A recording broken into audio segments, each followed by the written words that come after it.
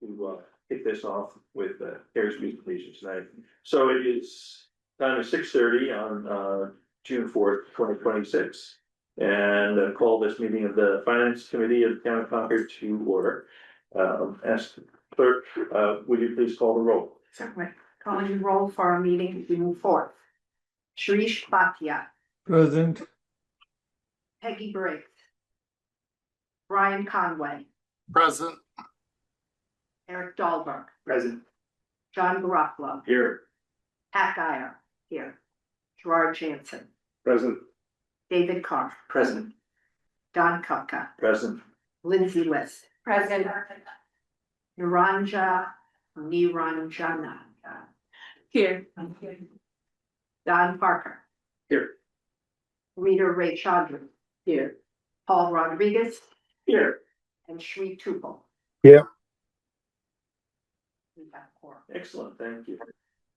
So our first item on the agenda is public comment. For any members of the public in the room or online who would like to speak, we've dedicated 10 minutes for that. Typically 2 minutes per comment.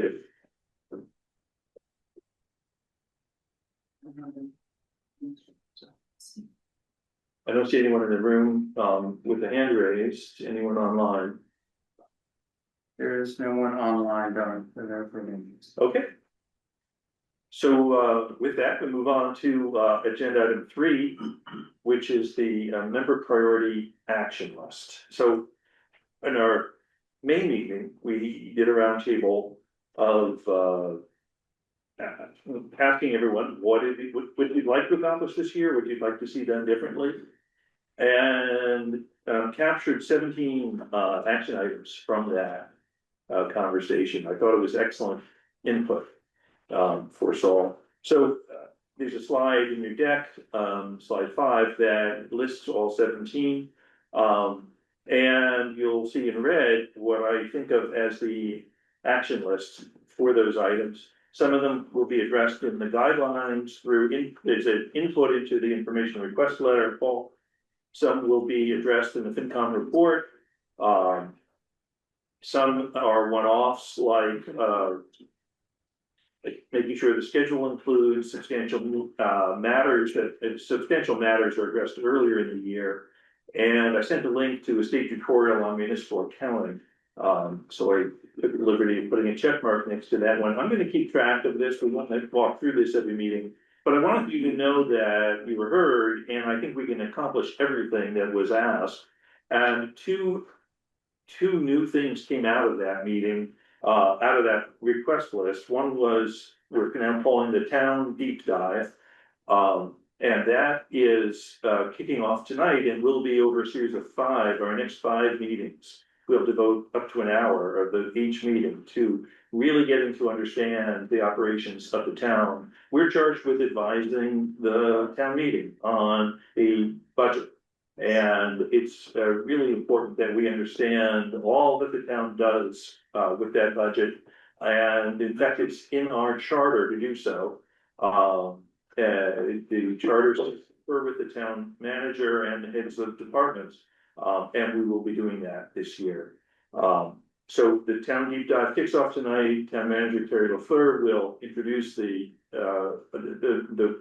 finance committee to the overall operations of the town, and then in subsequent meetings we'll go into deeper into each of the budget lines. I've also, before we move forward, I've also created something called the debt deep dive. We had a couple of requests to really understand town debt. So put a program together in the schedule and a few upcoming meetings with the objective of developing some sort of a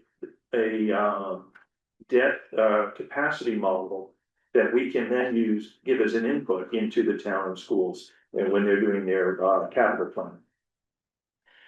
So if we move to slide 7, this is a very busy slide. It's an eye chart, and I don't expect you to read it here. But I wanted to orient you to what it is we're hearing tonight. So this is right out of the FinCom report, and it is the overall general fund budget. And I've annotated those black boxes on that 8.5 by 11, the green text and the red text. So we're talking about the town's operating budget, which is that second section down after revenue. The town's operating budget has many lines, but we're going to be addressing everything that's done under that. Also within this general fund budget are the school, the joint accounts with the CPS, the school budget, etc. We're not addressing those as part of this program.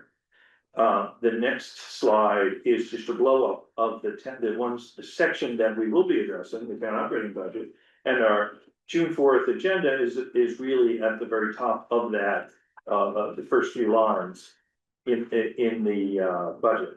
In future meetings, we'll hear from planning and land management, from human services, from public safety, public works.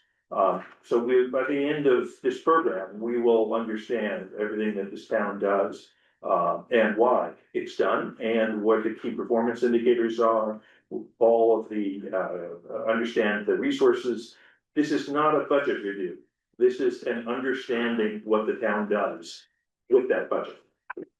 So with that, I turn it over to Carrie LaFleur. Carrie's been with Concord since, I believe, 2016. She was our chief financial officer first before getting the big job of being town manager. Since 2016, and last month I celebrated 35 years of public service. Believe it or not, I don't believe it, but. You need a microphone? Oh, that's It's true. going through the. Yeah. So, thank you, Mr. Chair, for inviting us to come and to talk to you about the town government. You might be surprised how excited the department managers are to come to talk to you, because they love what they do and they'd like to share their love of their work in this community with you. So this evening, I'm doing an overview of town government. I'm not talking about the general government section of the budget. Tonight is overview of town government, finance, and then at your next meeting, we're coming back with general government. And the reason we're not going in that order is the entire general government team wasn't available to come this evening, and so we wanted to have them all come. So the presentation that I'm going through is in the packet. I have one other slide that is in the packet that I resorted a different way, and I did it a little late. It's the same information, but it's sorted in another way, and I just wanted to share this with you, so when we get to that, we're not stopping, because I am concerned that I don't know how much time you had set aside for me. I'm gonna go through this, but I think most people know I can talk. I can talk in the beginning. So why don't we start here with the first slide? When I was thinking about what I wanted to cover in the presentation, I was thinking about what would I want to know if I were you? And what are the things that I've heard over the last year where people maybe have had some confusion? And so the first thing that I wanted to talk about just is the hierarchy of the law. You know, what is the law that we follow here in town government? So the highest level of law for us is state law, mass general law. You often hear people refer to MGL. Obviously, there are some aspects of federal law that are applicable to us, but most of what we do is following mass general law. And I just wanted to mention a couple of the different chapters of mass general law, because as you go through the budget, you will hear these things. And maybe this will help. So, you know, education you hear referred to as chapter 70. Road funding is chapter 90. Procurement, chapter 30B. Finance is chapter 44. So there are a lot of different chapters. If you are outside of this environment and you're looking at zoning or planning, you hear chapter 40A, or you hear chapter 40B. You know, we have two 40B developments coming in town. That means these developments were proposed under the regulations of chapter 40B. But one thing that I wanted to mention is there is a framework in mass general law on local government, and that's found in chapter 44. And that is applicable if you don't have a charter. if you have a charter, like the town has a charter, and our charter was not adopted under the charter section of state law. It was adopted before that existed as a special law. So to the extent that we have aspects of our government established in the charter, that is the governing law. So and the charter really deals with sort of the powers and duties of the executive, and I'll talk about that in a minute. So I think it's just important to keep that in mind, because as you go from town to town, or you talk to your colleagues in other towns, not everything is the same. And the reason it might be different is because of the charter or local bylaws. So again, charter, I mentioned that is a piece of state law. The town also has other special acts that are applicable just to Concord. And the one that you might remember, because we talked about it recently, is the Insurance Reserve Fund. So the town of Concord has special legislation to have an insurance reserve fund. This goes back decades. And that means that whatever that section of, whatever that special act says relative to the Insurance Reserve Fund, that's the law for us on Insurance Reserve Fund. It's not something else that you would find in Mass General Law. And then we have bylaws, and those are our local laws. Those are laws that are approved by town meeting, and they are specific just to Concord. And the Finance Committee charter is a bylaw, and there are many, many other bylaws. And then we have the select board that can set policy. And one of the reasons that I wanted to include this is we had a little back and forth a couple of months ago on an issue that was not related to the Finance Committee or in front of the Finance Committee or budget, but just on policy. What's the difference between a Finance Committee policy and a town meeting bylaw? And there was some back and forth on that. So there are certain aspects of government that can be further clarified by a Finance Committee policy. It doesn't carry the same weight as a bylaw. So if there was a conflict between a policy and a bylaw, the bylaw is going to prevail. So any questions about that? Very clear, thank you. Oh, I do have one question. Sure, But I knew that the town meeting is the legislature, yes. and the state says that the finance committee is kind of the Ways and Means Committee of the legislature. Can you give us the analogy on the executive branch? Yeah, so that's the next slide, if we can go to the next slide. You're right. So on the left-hand side, you have the org chart. So we have the voters at the top, select board, town manager, boards and committees, town departments. So voters, again, the legislative branch. And I like the analogy of you're the Ways and Means Committee, you are the advisor, you're part of the legislative branch, the advisor to town meeting. Town meeting is responsible, as you know, for making budgetary appropriations, adopting bylaws, et cetera, et cetera. The executive branch of the government, and we are at the local level, we are a two-branch government. We don't have the judicial branch is at the no longer existent county level of government. But so the executive branch is shared between select board and town manager, and that's where you go back to the charter because it defines who has what authority. And generally the select board is setting policy for the organization, and the town manager is responsible for implementing that authority and that policy. And then we have boards and committees, and we have a lot of boards and committees in town. Our government is highly dependent upon volunteers serving on boards and committees. But we have two types of boards and committees. We have some that are advisory and some that are regulatory. And I'll talk about that the next slide. And then maybe I have two slides that relate to this, then I'll pause to see if we have any other questions. So I think I always say we have like 60 boards and committees. I counted them up. I think we have 44 standing boards and committees. Or we have 39 standing boards and committees. I think right now we have 44 in total. So we have advisory committees that are providing recommendations to the select board, to town meeting.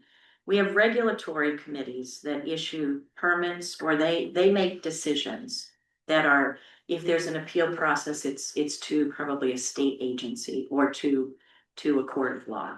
And then we have temporary or special purpose boards and committees, and we have the 250th committee. We just concluded the work of the real estate tax exemption working group. The land use working group is one. We have the MCI advisory board. So I counted 25 advisory boards, 14 regulatory boards, and right now 5 special purpose boards. But if we could just take a look, actually we split this out, I think, between a couple more slides, but I will stop after boards and committees. So we have grouped the advisory boards first by our cost center. So you can see that the advisory boards that work with general government, the personnel board, the ag committee, the economic vitality committee. Obviously the finance committee. Now I have you as an advisory board. There are a couple of instances where you are, when we talk, I think at the next meeting, about a couple of budget adjustments. So there are a couple of places where you are sort of the final say so, but I put you in advisory. I didn't mean it as a slight, but I think most of the work that you're doing is advisory. But you're different because you're advisory to town meeting and not to the executive branch of government. Then we have the audit committee, and then you can see in community development, the advisory committees, and it's pretty easy to tell because most of them, their name is advisory. And then on the next slide, you see the regulatory boards.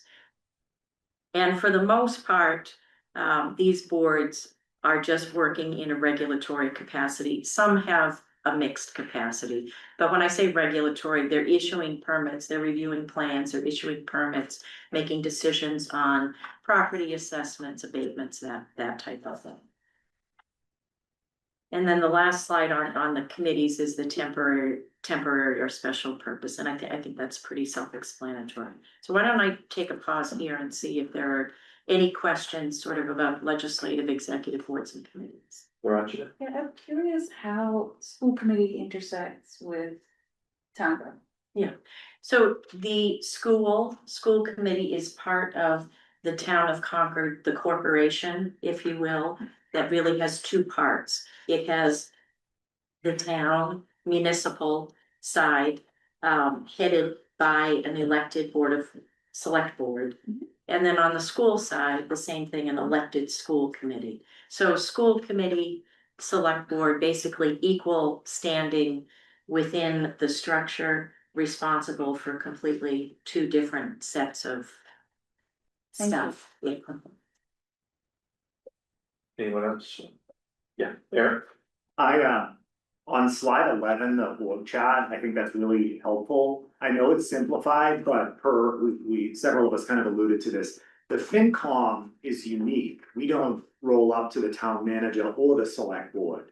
And that we're appointed by the moderator, we sit in the legislative branch. Yes. So again, it's not a big deal. I know it's a simplified org chart, but I think it's more accurate to show us sort of off to the side. Yeah, I think we started with a bigger org chart and we were trying to simplify it as it says. But we do have an org chart, I think, in the budget book that does show voters, and it shows the moderator and the finance committee. And then it shows what we're showing here, and then it shows the school. But we can see if we can figure out how to fit it in, for sure. But yeah, there definitely is clear distinction. And then one question. There, Please. I've heard different towns. You and I both served in Chelmsford together, and I remember Chelmsford was described as having a very strong town manager role. Not necessarily the person, but the role under the town charter was considered very strong. I've heard that said of Concord as well. We have a strong town manager model. Yes. Do you, given your experience in municipal government, would you agree with that? Is that, I've always found that interesting to hear people say that. Yes. Just interested in your perspective on it. Yes, I would agree, and that term strong is sort of a term of art in municipal, so you might hear strong chief, fire chief or police chief, and that strong refers to appointment powers. It doesn't refer to really anything else, but it really goes back to appointment powers. So when you're talking about a strong chief, and we don't, in Concord, our structure is not strong chief. So in communities where you have a strong chief, police or fire, they are the appointing authority for everybody under them. And that means everything from, hiring, disciplinary action, firing, all of that. Here, because we don't have strong chiefs, all of that flows up to the town manager, and the town manager is responsible for that. Similar in Chelmsford, but there definitely are other communities that have that their charter might be different, or they might be operating under Mass General Law and not a charter. If you hear the term town administrator, that's a big difference, and that has to do with the appointing authority. So a town administrator typically does not have the appointing authority for employees of the town. They may on a day-to-day basis exercise that with the agreement of the select board, but those decisions have to go up through the select board. But that's what strong means in that sense. You may also hear some town managers described as chief administrative officers or chief executive officers. So in a strong town manager form, the town manager is typically a chief executive officer like here. And again, it has to do with appointing authority, contracting authority, budget authority, those types of things. Anyone else? I have one question. There are two boards that are listed here that have rate setting authority, the Light Board and the Public Works Commission. Yeah. And the Public Works, you've called a regulatory. And the Light Board, you called it advisory. I just wanted to know if there's anything that I'm missing about the Light Board. I was thinking about that. And, if you follow the select board in another month or two, you'll hear a lot of discussion about the Light Board and the governance structure at the light plant, because we have some adjustments that we feel we need to make in order to be in compliance mostly with case law, not necessarily state law, but some case law. And it's not even recent case law, but it's case law. And so, the only, regulatory act the light board has right now is rate setting. And so that's why everything else that they do right is advisory. That may be changing over time, but it's advisory right now, where Public Works has a little bit more, because the Public Works Commission is also they are our road commissioners. So they have a scope of authority as road commissioners for the town. Yeah. And for the benefit of this committee, the rate setting authority of those boards is absolute. Is that right? Yes. Thanks. Okay, thank you. Subject, the light board, there's some minor DPU, Department of Public Utilities, but it's pretty absolute local for this. Thank you. All right. So then, let's talk a little bit about the town, the administrative organization, and that is, we have this. So what we did is we've got general fund in blue, we've got our enterprise funds in green. All of the departments report up through the town manager, all work under the authority of the town manager. In the general fund, I know you're very familiar with this, we have the 6 different cost centers. We've identified the FTE in each of the different divisions or offices under the cost centers. In total, the town's general fund FTE is 252.58. The enterprise funds, I think you spend less time talking about the enterprise funds. Sounds like you'll be spending more. I think that's a good thing for the finance committee to do. I hope you also spend some more time on the forecast and the non-guidelines portion of the budget, just, to understand that portion of the budget. Yeah. But the enterprise fund department, so we operate the light plant, water and sewer, The BD Center is an enterprise fund. The Recreation Department is a revolving fund, but it functions a lot like an enterprise fund. And then we have Minuteman Media Network. In total, we have 81 FTEs in the enterprise funds. For returning members of the Finance Committee, you know that the general fund provides some services to the enterprise funds. So payroll, HR services, those types of services, treasury. So those functions reside in the general fund, and the general fund charges the enterprise fund. So that's why you might think maybe there's more in the enterprise funds, but a lot of their business functions are very minimal in the enterprise fund because they rely on general fund support from general fund for those services. And there are two other enterprise funds that do not have FTE, so they're not on the chart, because this is an FTE chart.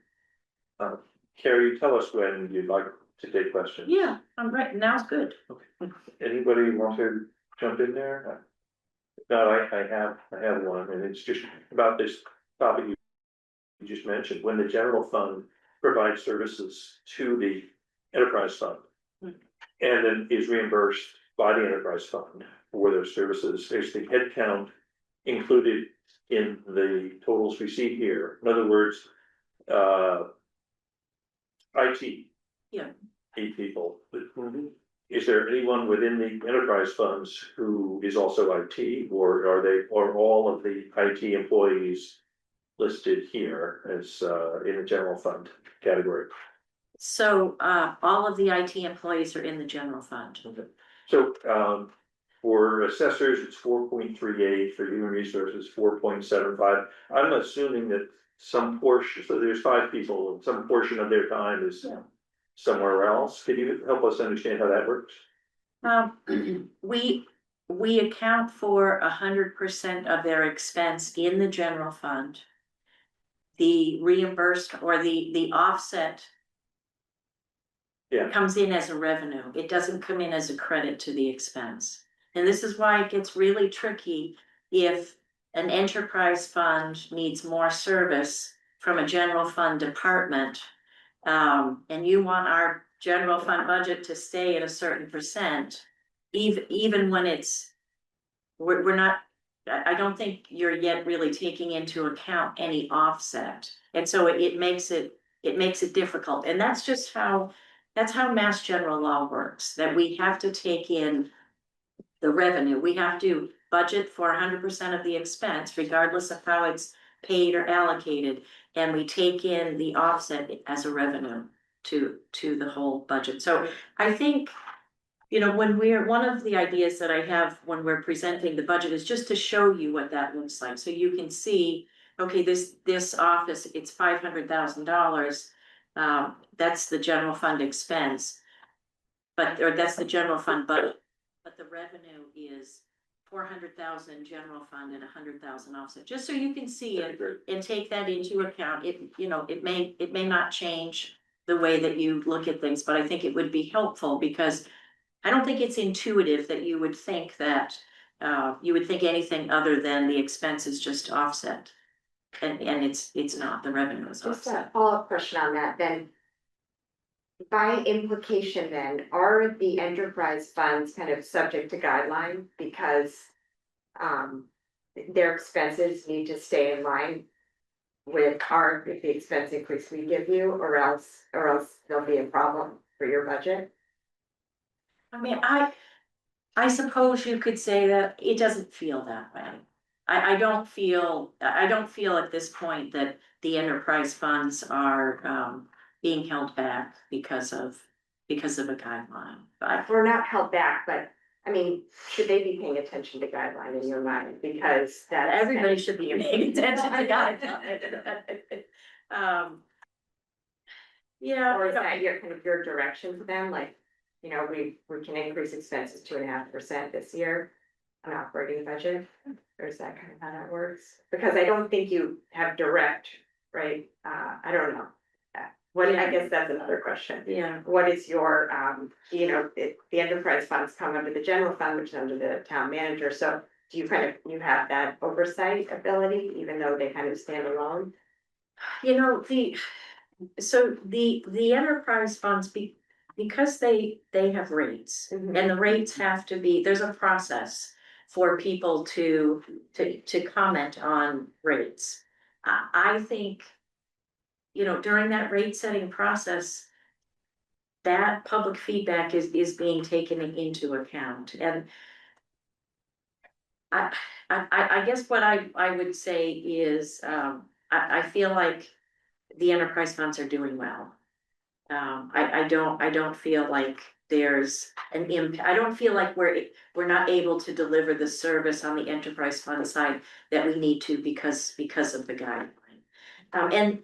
And they, and you know, if you dig in, when you dig in and you look at what's the percentage of expenditure in general fund that goes to personnel, to salaries and wages versus the enterprise, it's like the exact opposite, because their expense is much higher than their personnel. But you know, that's something that we'll keep an eye on. One thing I do want to say, because I don't want to leave the impression that there are no what I would call internal service positions in any of the enterprise funds. So some of the enterprise funds have a business manager, the light plant in particular. And the light plant, you will learn over time, again, over the next several months, that the light plant is likely to become a little more independent from the town in terms of governance, not corporate structure, but just governance. Because of some changes that we have to make, but the light plant, they're a business. There's a business manager type position. In water and sewer, there are some administrative positions. At the BD Center and Rec, it operates under one director, so there's some shared positions. But for the most part, the sort of back of the house staff in the enterprise funds is much less, because they're relying on general fund staff or business operations. So are there some functions that you would say are clean? In other words, there are no finance employees, no IT, no human resources within the enterprise funds. Those are. Yeah, the Minuteman Media Network for sure. Mostly, except they do draw on our HR services. Yeah. And finance for processing payments. Yeah. So I mean, they all touch through finance and general government Yeah, HR that's in some way. Right. I have a question on that. I mean, but do you suggest that that draw on those services changes from year to year, or it's pretty standard that the amount of like effort, other than going with a specific expense that you had mentioned earlier, you know, it's kind of like the same type of thing that they're doing every year? It should be pretty standard. You know, one place is our HR staff, and I know there's been discussion over time about the amount of FTE in HR, and we've done some benchmarking, and believe it or not, you know, we don't stick out as being high in HR. We have a huge recreation department. We have as many seasonal FTEs as we, they're not FTEs, we have as many seasonal staff in recreation as we do in the town. And all of those people are hired, they're all paid, they're all, you know, they're onboarded, they're off-boarded. And and so that's one reason why our HR staff looks higher, because that's done in HR, it's not done in the recreation department. And that's one place, you know, that we do kind of see a fluctuation. We're trying to get to a good place, but they're really struggling with the volume of work. And I mean, anybody who is working in business, dealing with employees, it's not easy. Yeah. There's a lot going on. There's a lot of HR activity. Well, the reason why I asked the question was mainly to enable flagging certain situations that may exist that are different than a standard situation, that could highlight why some of your expenses are higher Yeah. due to those enterprise funds. Because when we're looking at everything boiled up into a spreadsheet and we're making decisions on how guidelines are set, that we might not have that kind of Yeah, interaction, so providing that information would be useful so that, you know, we could understand if those type of situations exist. we did that a little bit with the fiscal 27 budget, probably when you hear from some of the finance staff. You know, in fiscal 27, we have extra elections, so we have kind of a one-off expense. What else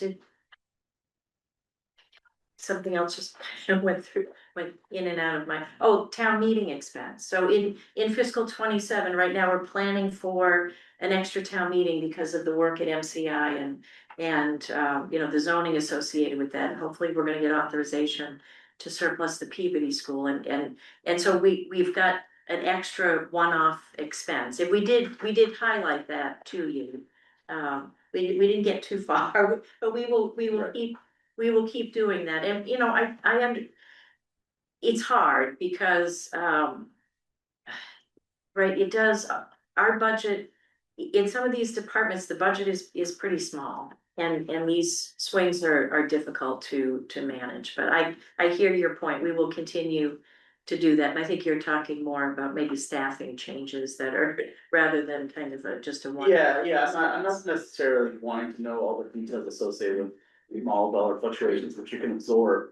But if there are like material changes to the way you staff, that require FTE or what have you, that will end up being funded through some of the arrangements with your enterprise funds, like that would be great to understand so that we're not looking at Yeah. headcount and looking at different choices or different things that it's maybe signaling something that it may not be. Yeah. Any other questions? Okay, one for Jared. The software that, you have one system of software that everybody uses? So Our finance software, I think. So everybody uses the same system? Yes. Is that true of the light plant as well? They also have, a system that they use that is inclusive of really all of their work, their billing, their work order management. It does their finance, all of their finance work too, but it still has to flow through the town. Yeah. The way that So we're, you've got two systems going, you've got the town system and the light plant system. well, we have a lot of different systems, but I think you're referring to the financial software. And the utility billing across town is a part of the light plant system right now. Okay, The financial system that we use, Munis, has the capability to do some utility billing, but not light plant utility billing, that's too complex. So yes, there are two systems, and then the school has a system. so we've got three systems then. You have the light plant, what you're running for town manager and the school system. Yeah, I mean, we have three financial systems. But the other two, the light plant and the school, then process through the town system for payments, for payroll warrants, for processing. Every cash transaction comes through the town system. Okay, So those others are more tools for them to process aside and then feed in. got it. That's it. Yeah, great question. Anything else before we move forward? Okay, thank you. Okay, so the next slide, I wanted to spend, and this is a slide that you saw at town meeting. I just wanted to talk a little bit about the types of employees. Just the categories of employees. So we have regular full-time employees, and they are typically, you know, I put in 30 hours a week or more. We have a 40-hour week. We don't have many employees that are regular full-time that are less than 40. But you know, we've got a couple. They are, obviously, they have a regular schedule, they're benefit eligible.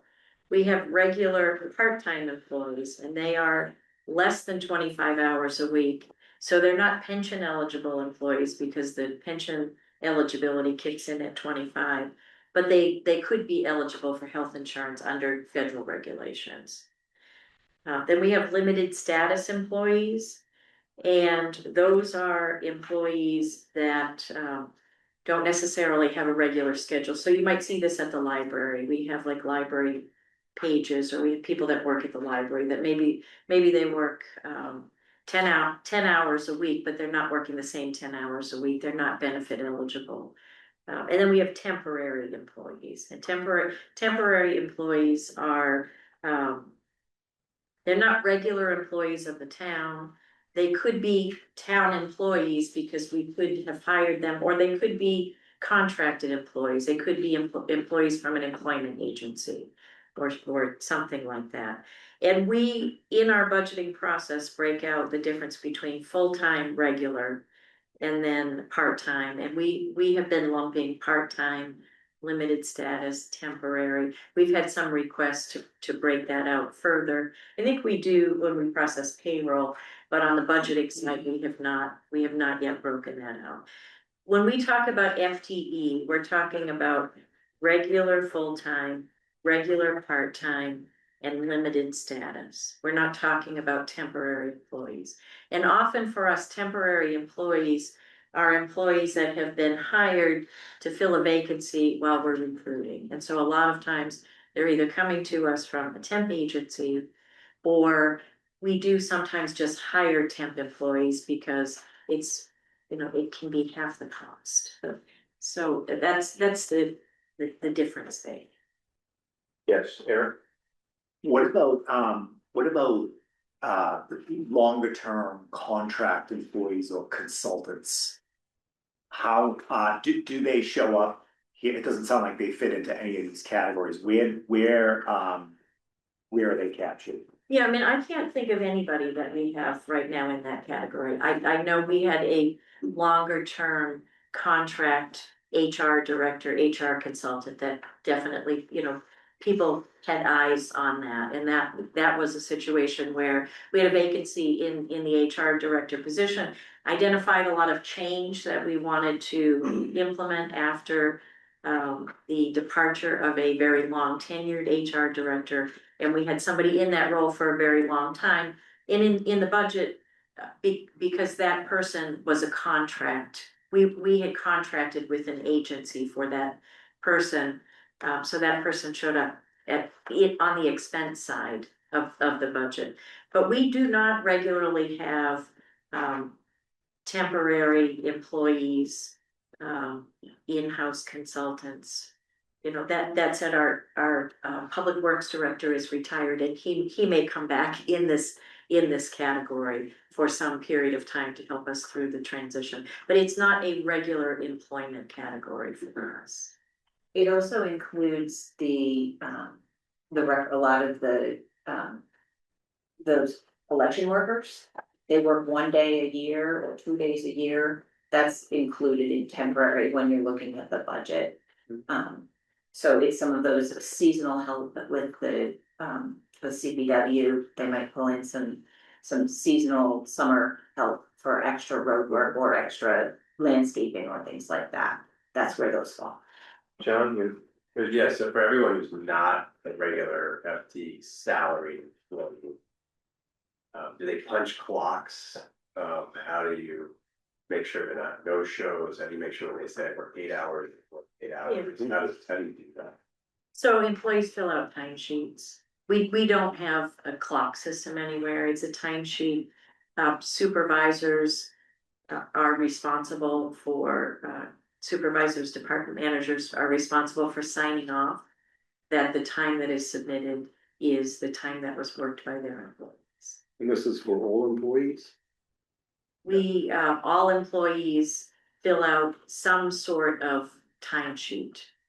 It could be there are differences between hourly employees and salaried employees. Right. But yes, we have documentation. I mean, this is a payroll question, so I don't know if anybody from payroll wants to talk about it any more specific or. I'm just asking about the process, because just to make curious, or how do you track it, and then, or actually, is it even tracked? So you can go and say, okay, well, all those library employees, well, all of a sudden they're working Yeah. 40% more this year.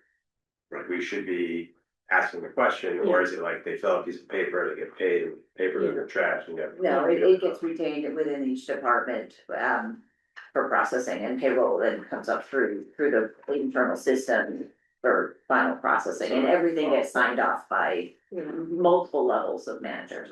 Yeah, I mean, I can tell you in my office where there are mostly salaried, a few hourlies.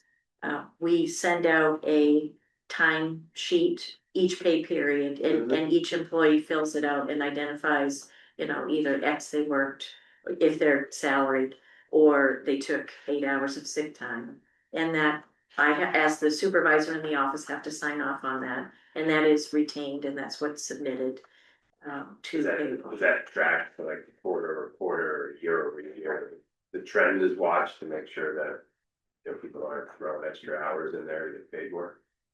Yeah, I mean, there are very few employees that get overtime. Most people are working 40 hours a week, and, the only overtime really is in public safety and public works, and they have very detailed, I mean, their payroll process is very detailed and time consuming. Thank you. Brian's. Oh, thank you, Brian. Yeah, just to follow up on John's question, I know the fire and the police track overtime very, very closely.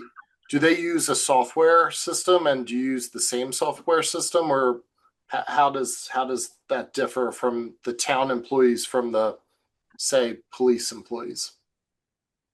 Yeah, do you wanna? They use a software system, they use different software systems, I believe, that track shifts. So they're assigned to shifts, and if they're not working their assigned shifts, they are putting in requests for a leave day, and those shifts are then either filled or not filled, so their timesheets are tracked by shift in that way through a separate system, and then all of that information is distilled for the 14-day period, and then entered through into the main payroll system.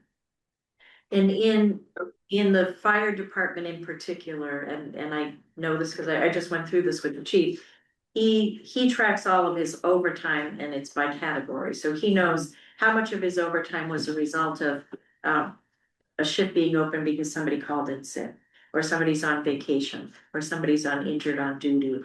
And so he has that level of detail as well. Does the town use the software? Like, do you like to track for these time cards? Do you use like a software like Workday or ADP, or one of those that you can, like, the employees have to request time off, or there's actual it's in a system? Yeah, we are not, right now, we are using Excel, mostly Excel spreadsheets. That's how time is being tracked in the smaller departments. Okay. So that, Brian, I did have a follow-on question on that. Is there a breakout of the stipend costs and like what they are, and what that is, that like all the the cars that we've talked about in the past, is that included in there, or what are those, what are the stipends? Yeah, so we, in this slide, we have just aggregated overtime and stipends. We do have a breakout of stipends, and they could be, if a vehicle allowance, a phone allowance, it could be our tree warden, it could be a specialty position in the fire department or the police department. But we do have that broken out, and it is available.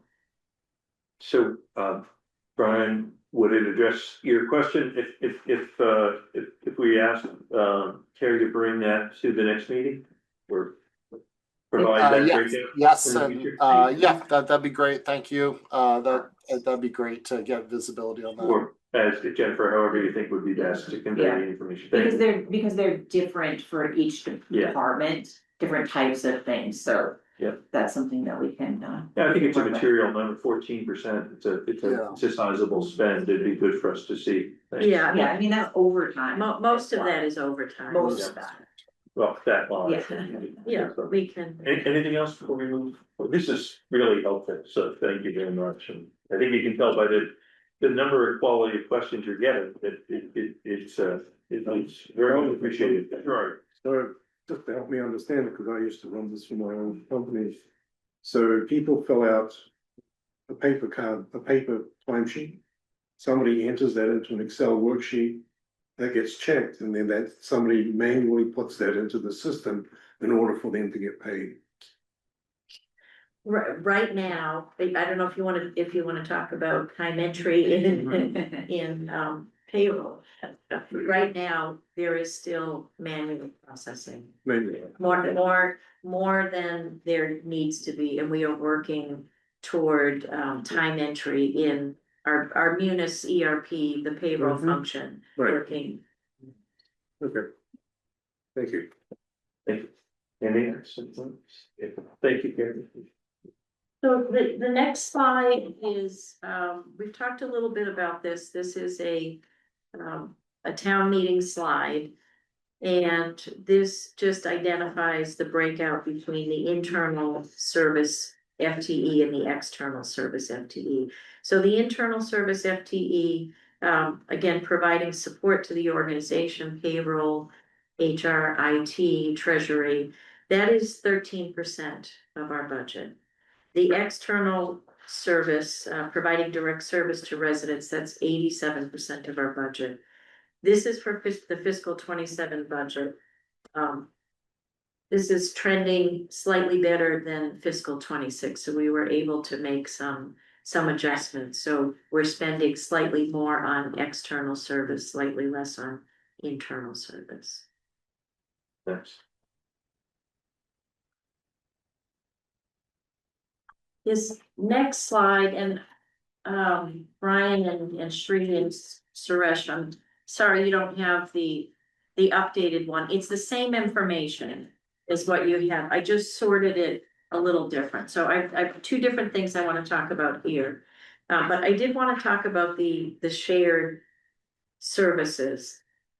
This was in the town meeting presentation, but the first time at the front of the budget year that we separated out for our shared expense, what was attributable to the town, to school and retirees. We always pull this information together at the end of the year because we have to report it to the state, or the school has to report it to the state. They have to report what the town pays on its behalf for benefits and debt service. But we're now doing it at the front of the budget year.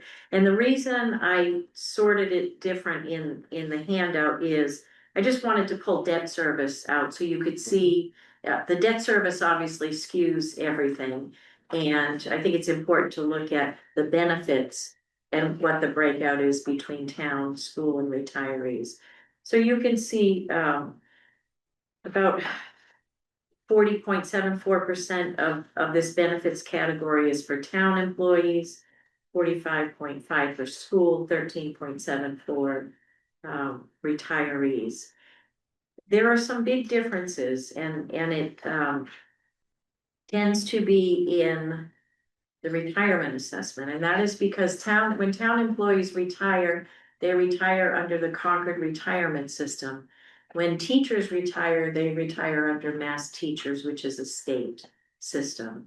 So teachers' retirement benefit is not funded locally, it's funded through the state, where the non-teaching personnel at schools and all town employees are part of the Concord retirement system. On the health insurance side, all retiree health insurance is here, whether you're town or school, but the big difference is the retirement assessment. Thank you very much for that. This breakout of these shared expenses is something I've long wanted to see. Two questions. the explanation you just gave about the retiree expenses, does that, from that, can we conclude then that this number is all town employee expense? The 2,398,000.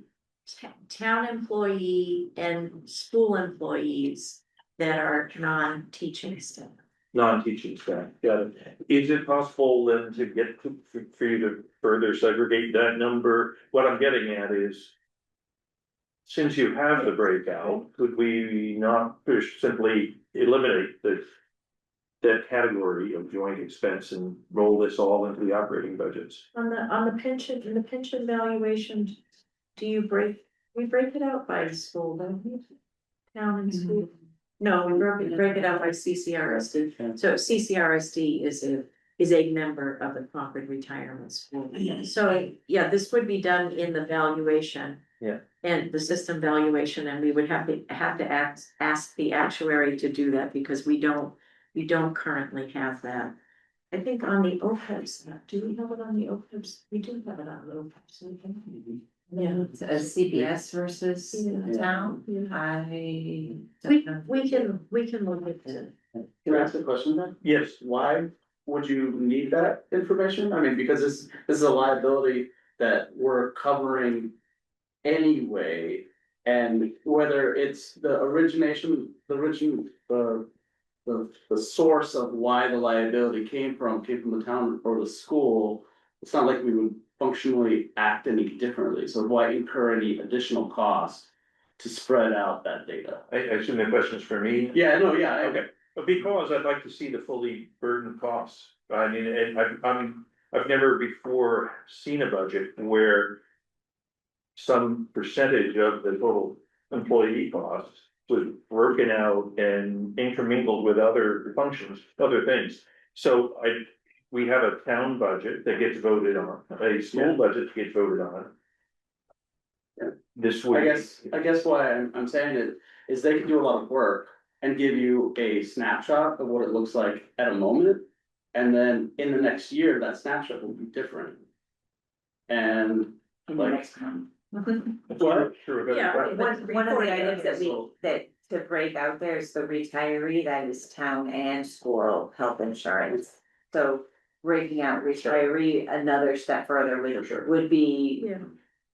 a challenge. It would take a bit of effort for tracking purposes, because those numbers the enrollment is constantly changing. But I mean, it would be on the reporting period, which is annually, Right. so, well, we can ask the actuary, you know, how much work that would be. You may wonder, why are any of the school benefits costs in the town budget, right? That's just a quirk of how things work in Massachusetts, that the school benefits cost, school debt service is part of the town budget. And Don, you might remember a few years ago, we talked about having an omnibus budget. Yeah. And a quirk of Concord is that we have separate budget articles for town and school. Most places, you would have one budget article for the town and school. The district would be separate, right? Because that's a separate thing. But Or sometimes it's all combined it's, as an assessment. yeah, so Paul, to further answer your question, when we're benchmarking our schools against others. Right. Portion of our expenses in the school budget, so we don't have an apples to apples comparison. Okay. But you're not gonna get that from another town either. Yeah. Those expenses are gonna be on the town side when you're looking at, say, Bedford. Bedford schools aren't gonna be budgeting those, just like we don't. Is that right? Yes. I guess my only point is, we just need to be careful as a group what we ask for, because we don't want to spend a lot of effort and time of creating additional burden on very busy people. If there's a reason that we need it and we can make better choices, all for it. But like, we just need to be careful, that's all. Is there any portion of the post-employment retirement benefits that is currently underfunded? I assume you're establishing a reserve for this as it's incurred. Is it covered, underfunded? What's the status of that reserve? So that's the other half of the slide, the next two things I wanted to talk about, and I'll talk about OPEB first. OPEB is on the bottom. I know these are hard to read. We have our valuation reports that are available that can be shared. I pulled this one out. This is a slide from the presentation we had just recently from our actuary. The town of Concord OPEB liability is about 65% funded at this point. On track to be fully funded by 2038, so 8 years left. On an annual basis, the town sets aside $1,384,000. That's based on a funding schedule we worked out with the actuary several years ago, so we could do a level payment, because prior to that, it was kind of bouncing around, and there wasn't any need to have that uncertainty. And so we are, in the top 10, probably the top 5 communities in Massachusetts in terms of status on OPEB funding. One thing that I think is important for the finance committee to understand, I mean, I'd love for you to have the actuary come in to talk to you about pension and OPEB. We use the same firm for both of these. But the retiree health insurance expense, different from what you saw as premium, right? When you're looking at the OPEB liability, you're looking at what the expense is, not the premium. The expense on an annual basis is about $2.9 million for retirees. At some point, even before fully funding, we can start talking about a funding strategy for retiree health insurance. We can start drawing from the trust fund, in a way that everybody accepts, to start relieving the general fund budget. At least in 2034, when we're fully funded according to this schedule, we would be saving, we would be spending about $2.3 million less out of operating budget for retiree health insurance. Now, I was just playing around with that number. For every $1 million that you have available, you can fund $10 to $14 million worth of capital improvements on a 20-year amortization, at 10 to 14 million, depending. Are you going to do level principal, level payment? So when you're talking about, $2 million here, you're starting to talk about, well, how are we going to fund our public safety building? How are we going to fund our public works building? Well, maybe we're going to fund it by looking at how we're planning for and funding these long-term liabilities, and agree that we could do something different than we're doing now, and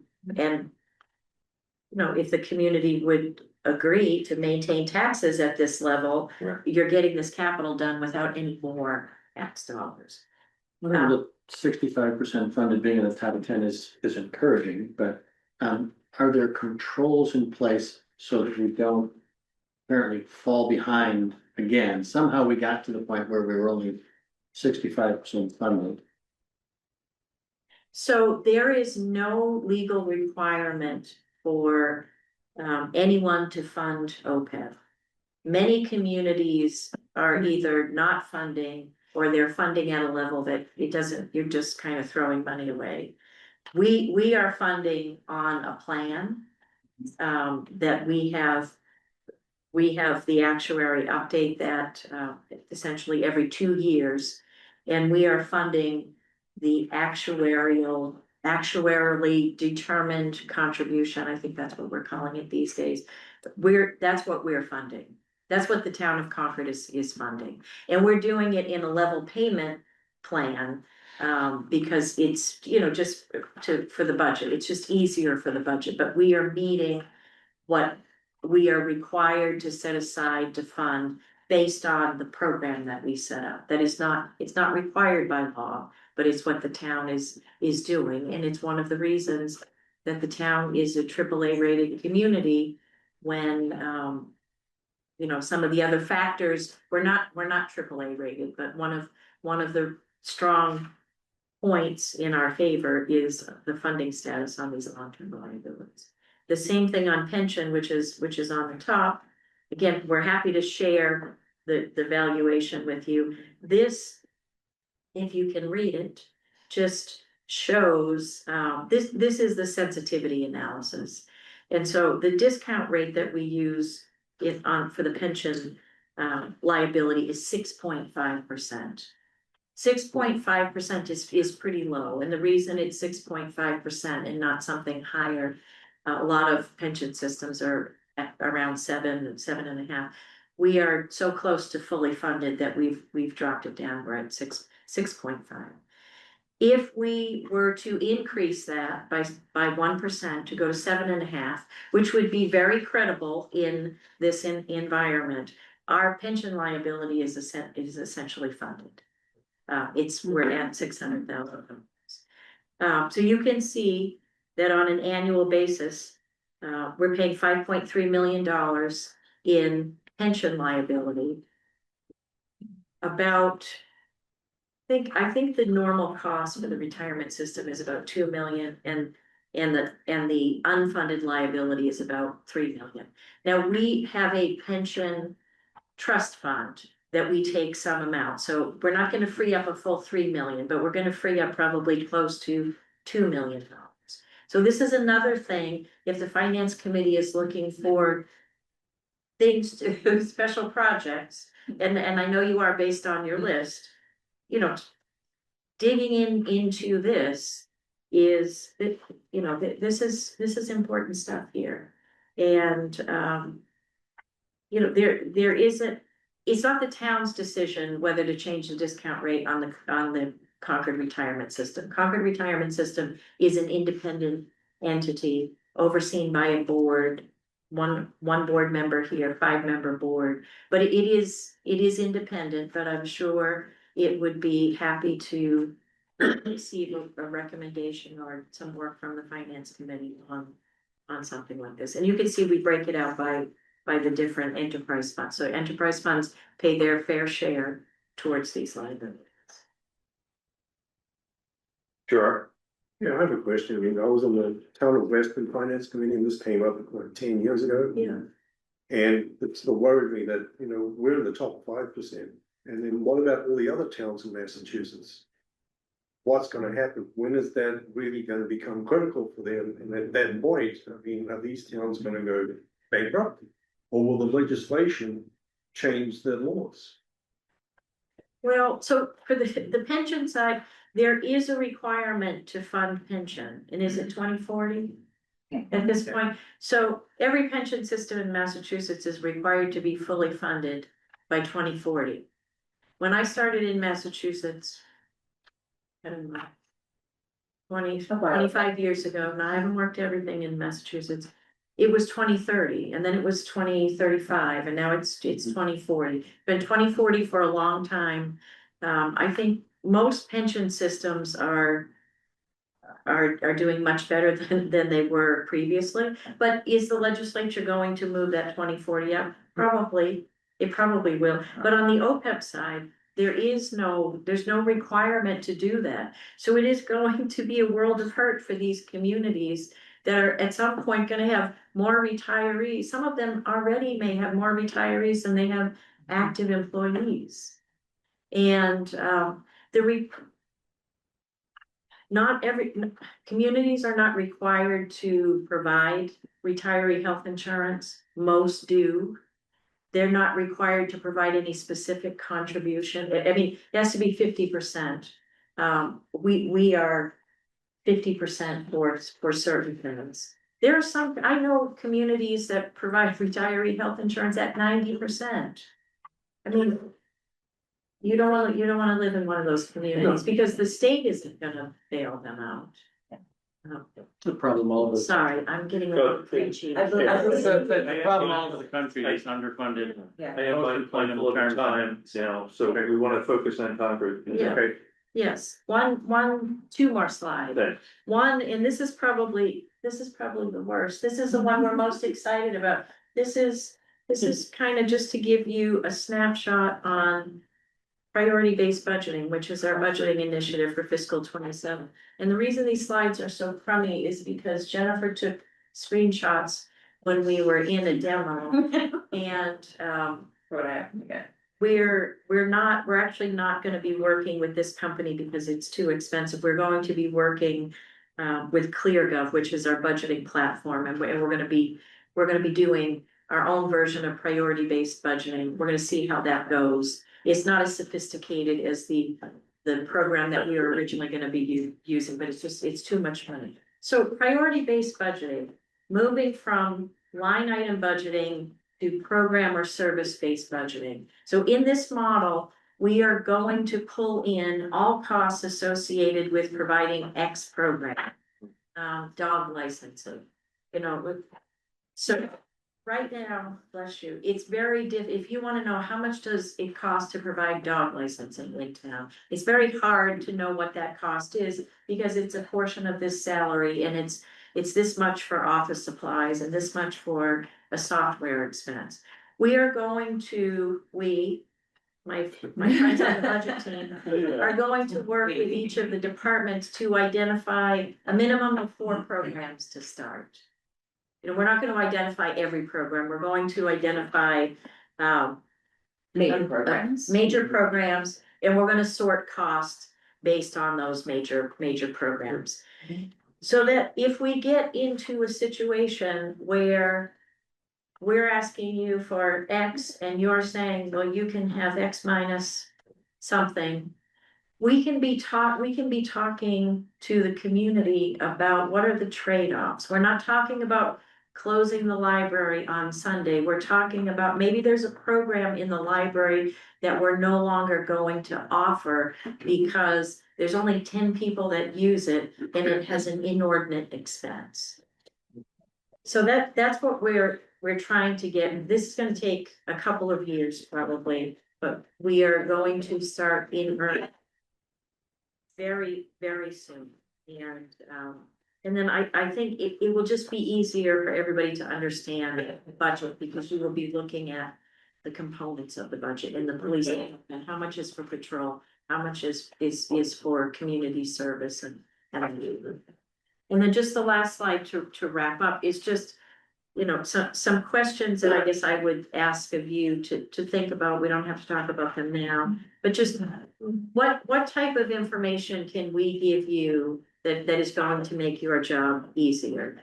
What type of information, where can we provide more clarity so that we're speaking the same language? I recognize, we've all worked in government for a very long time. We have a language that is not necessarily the same language that you speak. So help us identify where we can provide some clarity or some additional transparency. We're spending a lot of time trying to make our data available to the public without having to go through us because we're spending a lot of time filling public records requests. We don't want to do that. We don't have anything to hide, but our systems are not necessarily set up for people to easily understand what we have. A lot of times, there needs to be some translation. We'd like to eliminate the need for the translation.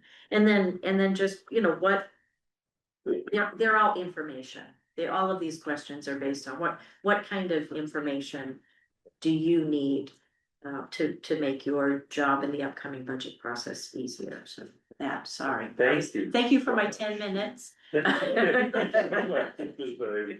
a wonderfully helpful presentation, and a great introduction for what's coming in the next few meetings. I know Jennifer, you have something to say as well tonight. But Carrie, this was terrific. Carrie, thank you.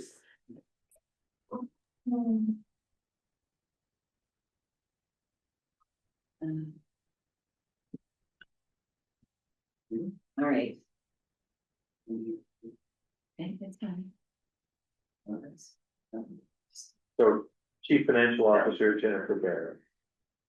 So when we received the invitation from Don to have Harry, the town manager, come and provide some background, we thought maybe we should, because we were under the impression initially that it was just kind of an overview, which is what she just did, of kind of the general structure.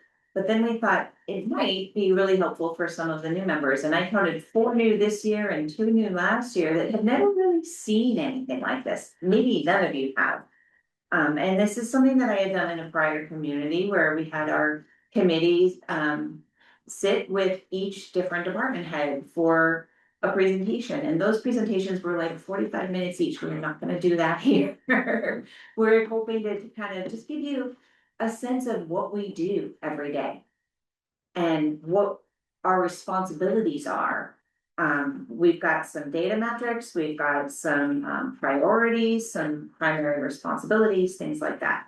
So I'm gonna start with finance administration, and give you kind of first the high level. I have a 5 divisions underneath finance administration. So there's the administration group, there's the town clerks group, the assessors group, the accountants group, and then the deputy treasurer collector leads up the treasurer collector's office. And I have them all here with me. And so I'm gonna have each of them do their individual divisions, so you can get a face to the name and what they have their subject matter down.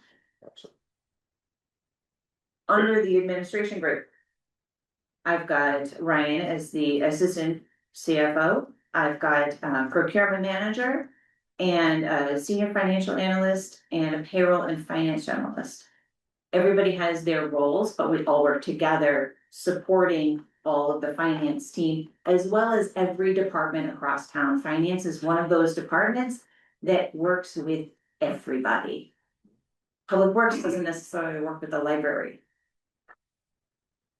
Community development doesn't necessarily work with the police department or the fire department. And we work with everybody, so we are always working on their projects or their budgets, their payroll, all of those things together.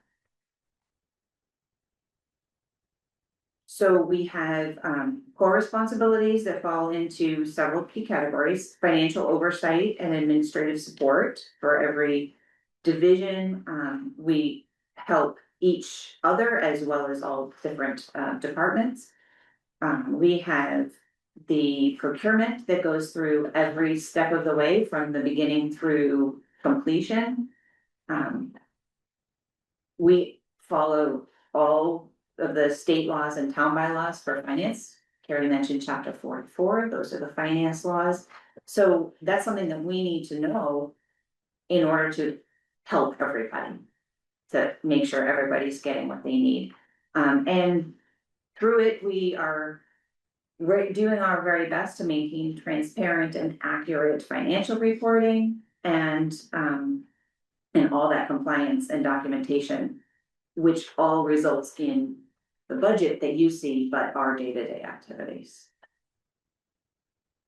Some of the things that flow through our office, particularly purchase orders and bidding through procurement. We work with the accounting office to certify free cash through our budget and our balance sheet, and the retained earnings is a part of that. And we work with the bond rating agency and the financial advisors for our bond rating and doing our bonding itself.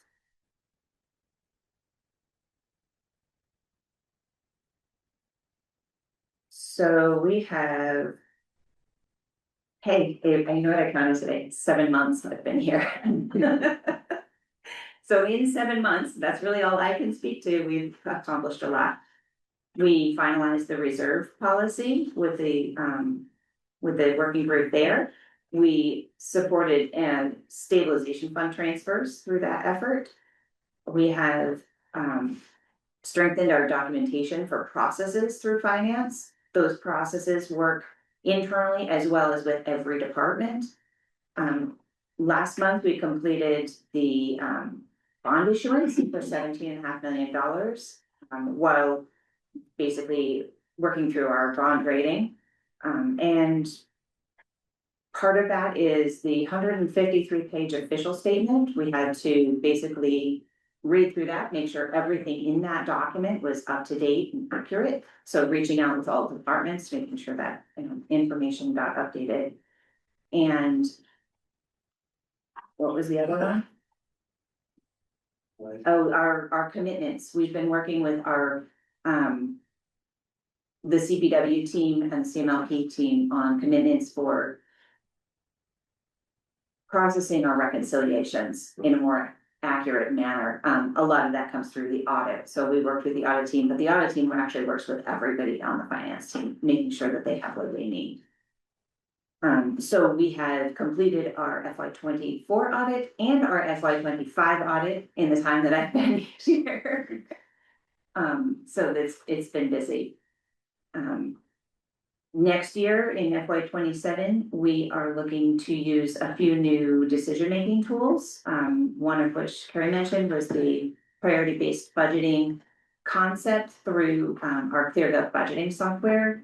We're working on implementing a debt software that will track our current debt schedule as well as provide projections for future projects as necessary. We will be able to build in scenarios and do some projections that will estimate out bonding and tax rates.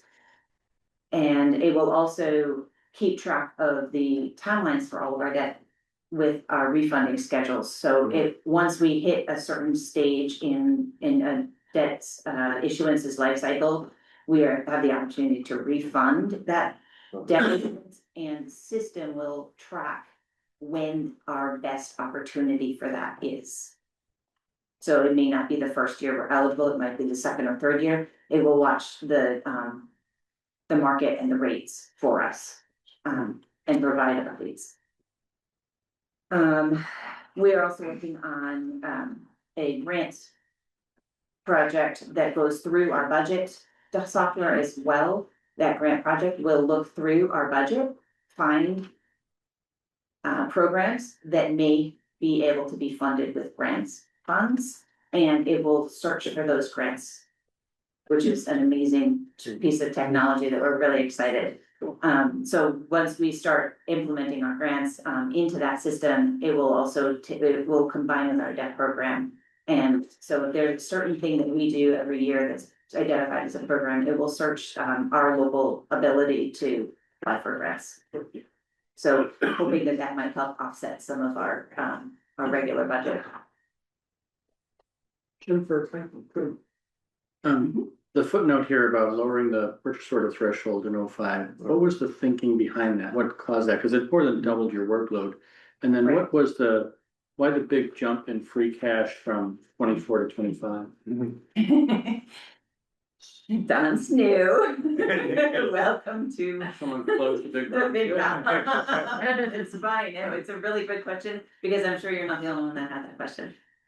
In processing purchase orders, when we implemented Munis, we wanted to make sure we had better eyes on our purchase order process. So we lowered the threshold to 500. Now that we have our systems in place, we've increased our threshold to 1,000. So moving forward into 27, we'll be at 1,000 for that threshold.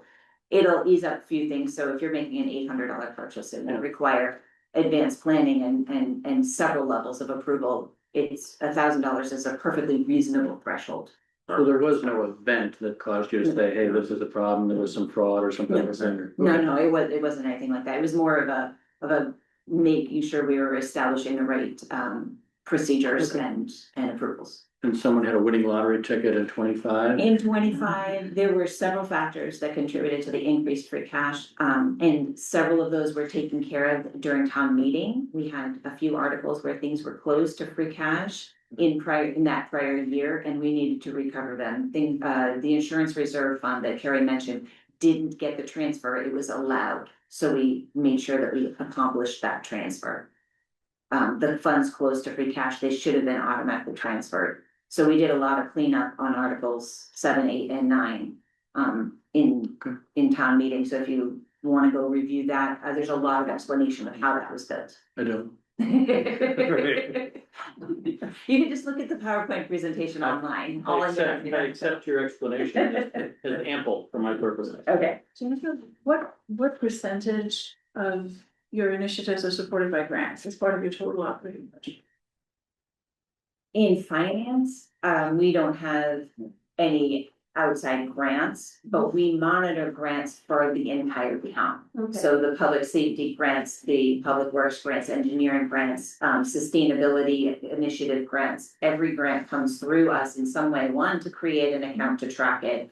And to make sure that we're either getting the reimbursements or making sure we're getting the funding in advance and following all of the documentation from application, award, contracting, and then reimbursement for the end.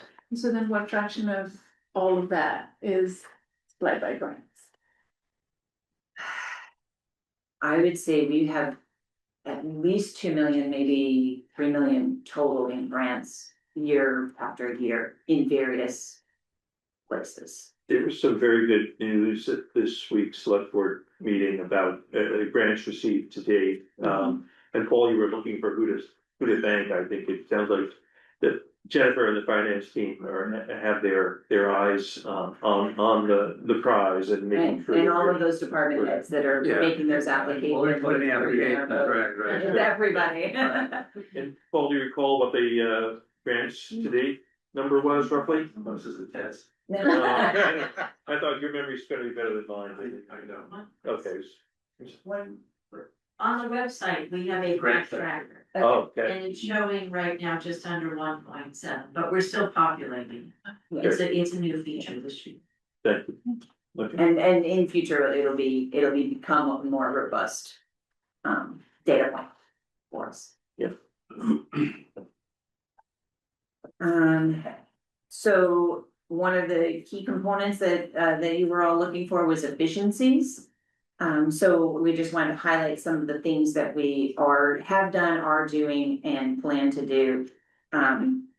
To make our offices run more efficient. One of them is using the AI for meeting minutes and other tools. We have the grant tracking and the debt book for technology. We're updating our chart of accounts that will alleviate a lot of confusion and time effort on reporting. We have the commitment process for the enterprise funds, that one's in its infancy, and we're hoping that takes root for FY 28. One of our staff, our payroll and finance generalist, he started in January, and he has kind of a dual role around finance. He works in our office, but he supports payroll, he supports accounting, and he does certain projects for pretty much anything we throw at him. So it's a really universal role that is supporting all of our divisions. And that's been great. We've been cross-training him in many different ways for that backfilling and that redundancy, which has been super helpful. Okay, Eric, question? Can I ask, I encouraged to see you mention AI in the context of meeting minutes. Have you explored other use cases for AI? Oh, absolutely. So many of the things we're talking about tonight, the overtime tracking conversation, the grants tracking. Yep. Those just to me Yes. scream. The grants tracker AI. will use AI to search for grant opportunities. I mentioned our payroll and finance generalist, his name is Ryan, so we have two Ryans. And so I have to differentiate when I holler out my office for attention. And he is actually using AI, he's using a Claude mostly, but he has a few other tools. And he is taking the chart of accounts that we're building by part, and he is compiling that through the use of AI and tools for, and through Excel, but he's using AI to make that map for us. And it's really cool to see what he's doing and how he's doing it and watch that. He's made a couple of forms for us that are user friendly and fillable PDFs through using those tools. And so he's really definitely using those, he's got a bit of an affinity for the mechanics and and how that works, so we're tapping him whenever we can. All right, All right, thank you. all right, I'm gonna have Colleen come up. You wanna sit here or there? Here, and you can advance them yourself, I need to get them stretched.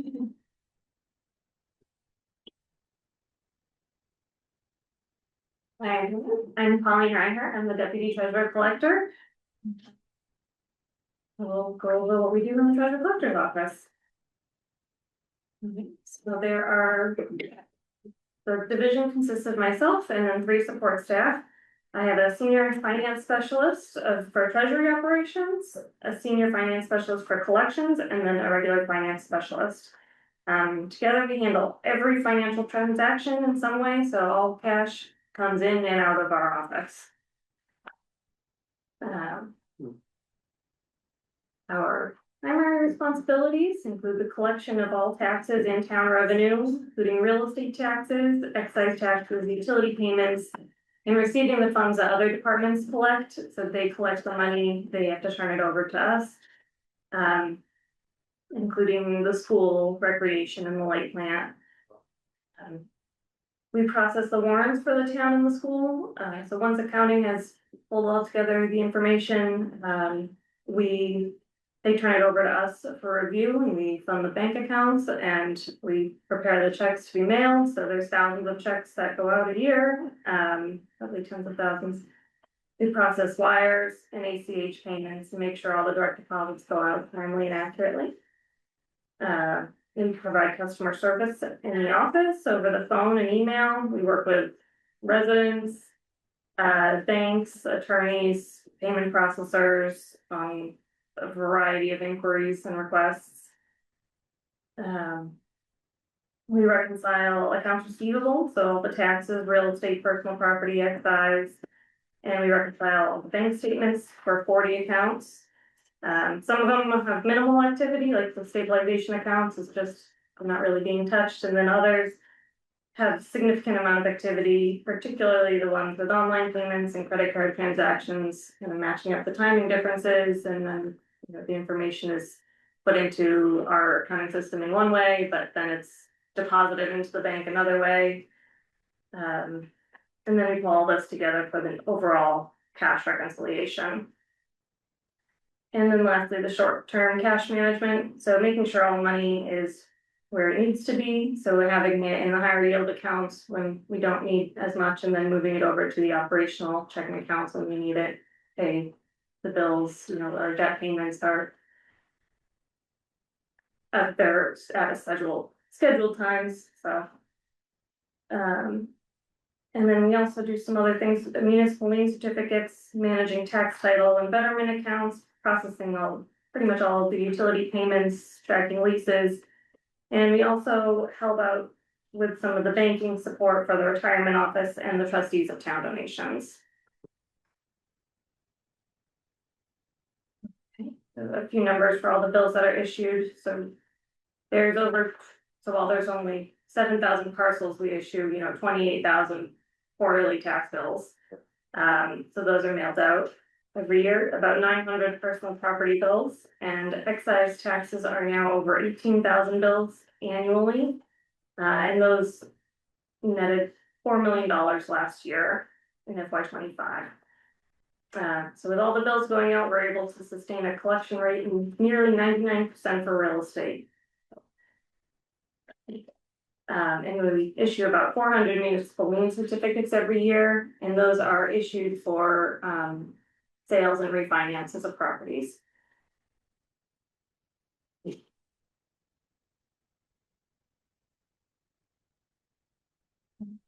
So for fiscal year 26, we still have more time to collect, but we're on par with our collection rate for about 99% this year.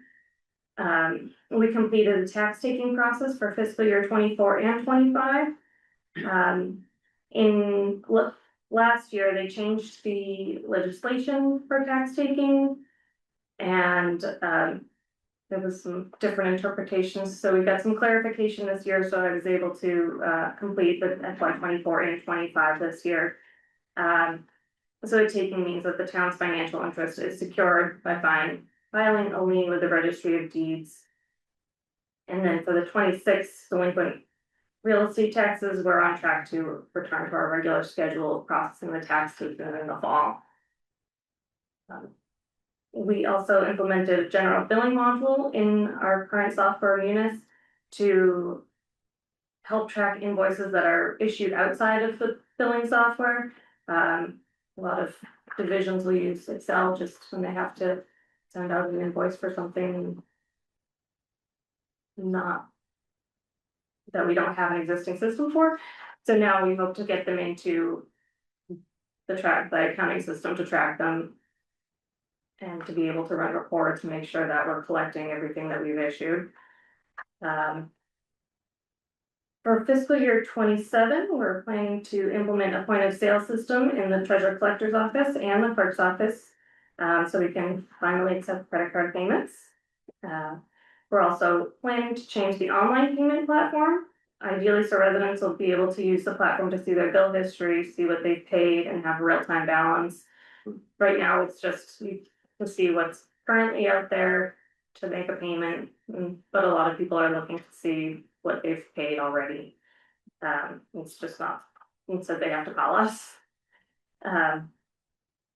And lastly, our tailings process is going to be kind of reestablished. Tailings is the process for dealing with our outstanding checks that we have issued. And instead of turning the funds over to the state, the town can retain them, but we have to follow the process and, make sure we do our due diligence in trying to get the money to the rightful owner.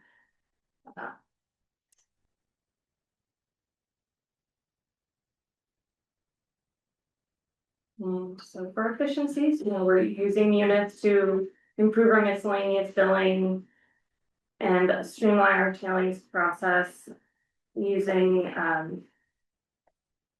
implementing the new point of sale and online payment systems and using some banking features so that we can identify and prevent fraud. We are incredibly vigilant for that, especially dealing with all the checks. And finally, documenting all of our procedures and cross-training to make sure everyone in the office can kind of be interchanged if needed. Excellent, thank you. Anyone, any questions? Yeah. Yes, sure. On your invoice, you mentioned that some departments now use an Excel spreadsheet. Is there a process in place to move everything into one centralized system? So we have, so what I did this year was kind of build the system. Okay. We're using it in our office now for, we issue invoices for trash tags for the retail vendors, so like you can buy trash tags at Crosby's, we sell them to Crosby's, so we invoice them. But we're going to get other departments to buy in and use this so that we don't have to have invoices issued outside of the system, so it's just kind of working one department at a time to get them to, So some departments issue their own invoices yeah. from an Excel spreadsheet. Is there any thought on just having all the invoices go through one system on your? That's the big plan. Okay. Yep. Thank you. It's just a matter of getting the vendor lists updated and the charge codes. Yep. Entered and training, and so it's been in progress for about 3 or 4 months now. Yes. And we're using it internally Yeah. in the treasurer collector's office for some of those things. Yeah. And now we're expanding out to other departments, the planning and land management, the police department, the fire department, anyone who's charging for services in some way. So when do you have a completion date for that? There's no defined completion date because we're continuing to add services that we're doing the billing for. I mean, we just the other day, I think it was the Board of Health said, I think I need to issue an invoice for something, but I've never done an invoice for anything. So it's gonna be a continuous process. Okay, but the majority. But the majority of them will be in the next two to 3 months, yes. Okay, thank you. I just want to point one thing, Colleen completed all of the necessary backup and paperwork for the tax titles. We had what, over 1,000 properties that were delinquent at the beginning of that process, and over the course of 2 months, we got it down to 12. 12. Wow. That's diligence on her and her team, getting those funds Yeah. in for the town, Yeah. getting those real estate payments. Yeah, that's very good. It's excellent. Well, Tommy, thank you so much for work you do, and thank you for this presentation. Sure.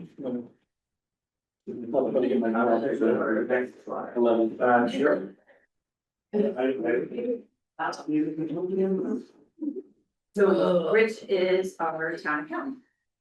Okay, yep, as we mentioned, we just want to sort of share some of the stuff that we're doing. I think town accounting role is a lot different than a lot of accounting departments in the private sector. We just have different rules to, that guide us. I'll just start with our org chart. So we have the town accountant, which is myself, we have an assistant town accountant, a payroll manager, and an accounts payable specialist. So essentially, the payroll manager, the AP specialist, they have their own functions that they're doing. The town accountant, assistant town accountant is a little bit more interchangeable. And we sort of both provide oversight to the other two groups.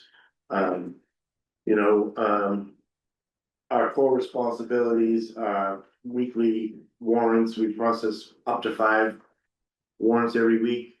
They're all guided by the payrolls, the specialist, the account clerk. So she goes through, approves everything, makes sure everything complies with state law, town bylaws, items like that. We're in Munis at this time. So, we have all of the, we're basically paperless at this point since we went to Munis. So that's much more efficient than we should get it, inter-office and everything like that. So now she can look at an invoice, look at the backup, make sure they're matching up before she approves them, or if there's a reason she doesn't, she rejects it, but sends a message to the person who put it in, and then they resolve the issue for us. We process the payroll and accounting. So we have last check, we had 305 retirement eligible employees. Those would be regular part-time, regular full-time for the most part. We're looking at a couple of part-time people that still qualify. And then we have about 250 part-time employees. Most of those, the influx is during recreation, the summer programs. I think that Terry may have alluded to. That might swell a little bit more, but generally speaking, our payrolls are, in a normal payroll, 450 paychecks, say. In summertime, that bumps up with all the summer help. Like Colleen does, we reconcile cash and accounts receivable in conjunction with her. She matches it in her module, and we match it to the reconcile to the general ledger. So that we'll make sure we're all on the same page with that. We do a lot of compliance reporting, the DOR requirements, IRS, for, payroll items.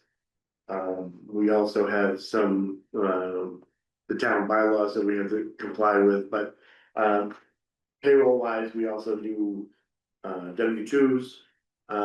In accounts payable, we do 1099 filings, for non-employee compensation. And that's pretty much the core of our responsibilities. So just some data points up here. I think weekly payroll warrants increased from 176 in 24 to estimate of 243 for 26. We were doing, like during the COVID time, we were doing bi-weekly warrants, just to try to make it a little bit easier, but the volume is so high, it's too daunting to try to accomplish that. So we went back to the weekly warrants, which is what we always used to do. We processed about 14,000 invoices, or 24 and 25, and then we're estimating about 15,000 for 26. So the numbers are pretty large. The vendors, we also set up all the vendors, we require W-9s. I mentioned Ryan, the new person in finance. He built us a form for a checklist for 1099s. So we're gonna start implementing that so we can reduce the chance of fraud or and just make sure that we have the correct information for all the vendors. So for W-2s, it's about $730 every year. That fluctuates a little bit, basically in terms of the summer help, so the other ones are still pretty much the same. And then, so for accomplishments, we worked with, our new audit firm of Roselli Clark and Associates for 25 audit. And we basically had that wrapped up in, I think it was about 4 months. So they're, very good, very easy to work with, so we provided all the data that they needed. Not just accounting, but we would reach out to the assessor, to Colleen, items like that, so. We're working on the chart of accounts, as was mentioned, so that's gonna be based on uniform Massachusetts accounting systems. So that's UMass. And the more compliance we are to that, it'll be easier to report for the state. Because they group it certain ways, and then this should help our efficiency in that sense. Right now, before it's a lot of work to try to bring everything together just to get the total numbers. We did on July 1st last year, we did launch the payroll module, which is part of the human capital management. And it took about a couple of months, everybody sort of got used to it, and it is still labor intensive. I think there is some thought in terms of the future of looking into some time clocks for the bigger departments like Public Works, or maybe even the library, items like that, so that if we use the time clocks, we can just pull the data right into the system without any manual labor. Which, which ultimately will be much more efficient and much more accurate. So for 27, there's always room for improvement in terms of the closes. We have a much better leadership group now that has ideas, and we're implementing more things every day just to, so that at the end of the day, we meet all the deadlines for the DOR. There's no questions about us being late and items like that, so it's been a lot better to have that kind of support and guidance, so. They mentioned the ClearGov, the grant process. I was working with Zach, who was leading the finance department. We were meeting with ClearGov, getting demos, and so we're one of the early birds for that program, so they're giving us a discount on it. And we're providing different websites for them to put in to their AI, so that we'll be able to provide them with websites that the town departments use regularly, and it will go out there and search them for them. And when you log in, if you have access to it, you'll be able to see different grants that it found for you based on whatever criteria that we're setting, which should be much better. So we should be able to increase that. And we're pretty sure that, 1 or 2 grants here or there will actually cover the cost of the program side. And like I said, and for payroll, we're just continuing to look to be more accurate, like I said, the time clocks.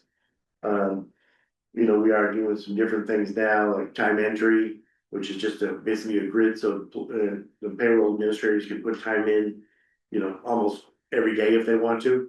Like right now with the system, they're just basically wrapping up their payrolls on Monday, which for some of the larger departments is, pretty daunting.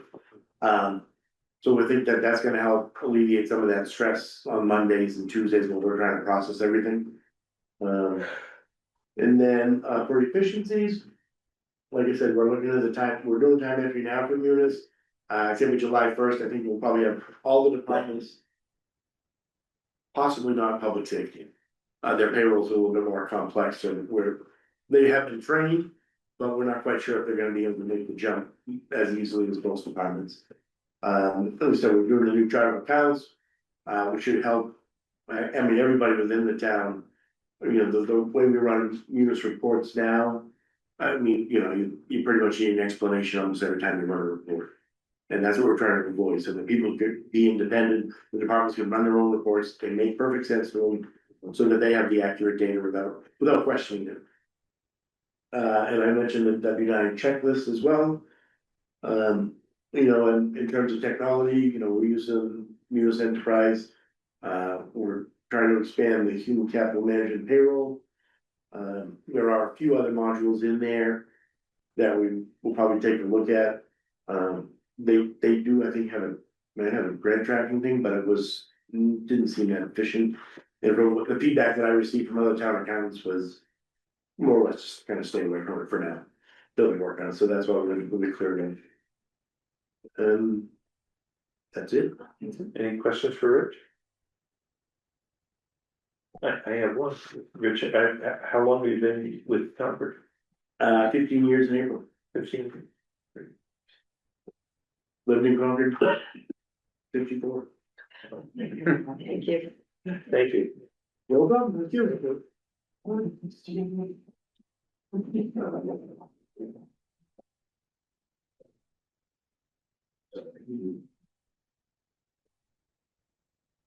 Good evening, everyone. Thank you.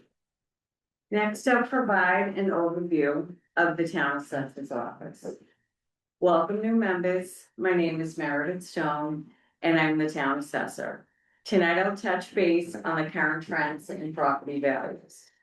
The assessor's office consists of the town assessor, which is me, and is supported by the office administrator, Carolyn D., administrative specialist, Samantha Perry, as well as the assistant assessor, Michael Gibbons, who works closely with the part-time data collector, Lee Fallon. This team is responsible for maintaining the property assessment database and ensuring compliance with state requirements. Our core responsibilities. Our core responsibilities fall in these three major categories. First, valuation. We conduct the valuation and taxation of all properties in the town in a fair and equitable manner. Per state law, we must complete a full revaluation every 5 years, with the next certification scheduled in FY 2028. Second, we are responsible for new growth.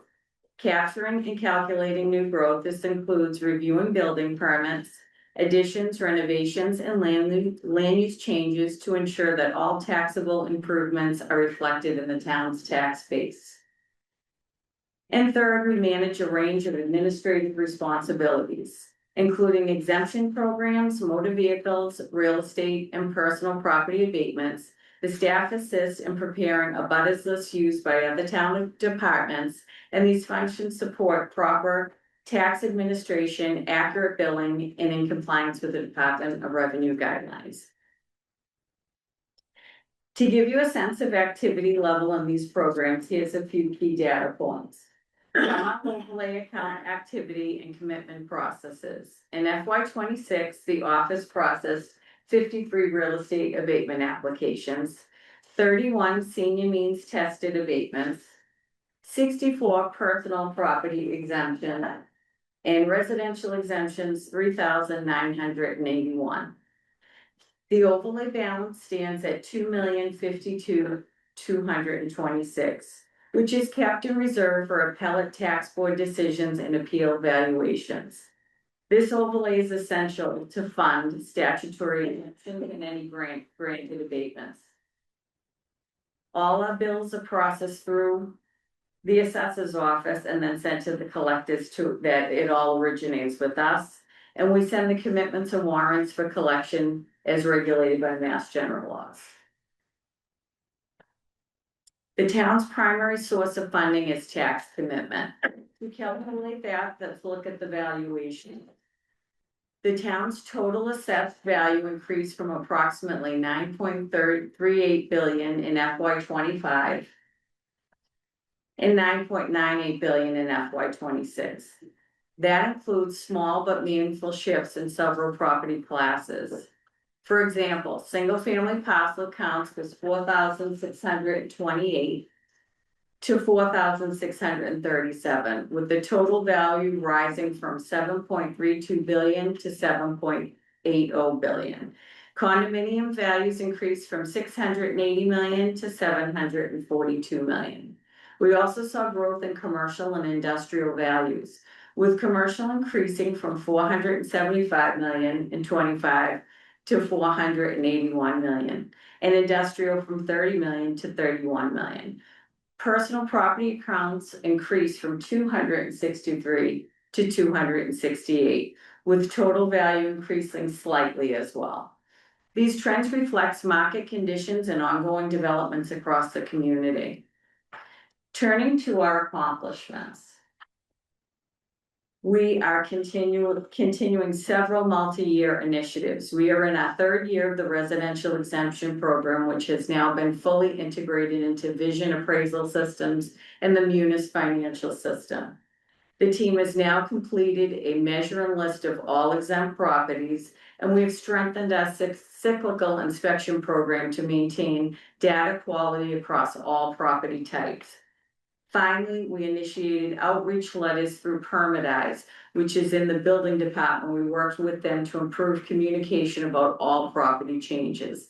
Letters go to everybody whenever they pull a permit, and we're able to inspect.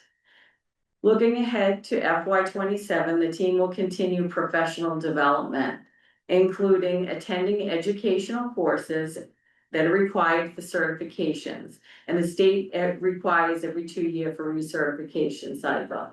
We plan to refine our use in GIS, which is Geographic Informational System, and near map.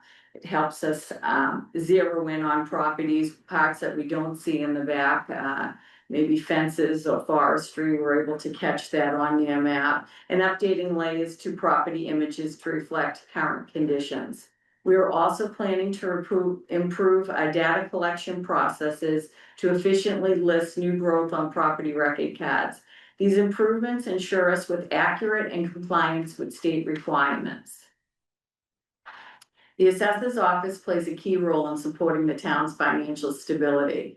Accurate and equitable valuation, consistent data collection, and compliance with state requirements all contribute to predictable revenue and transparent taxation administration.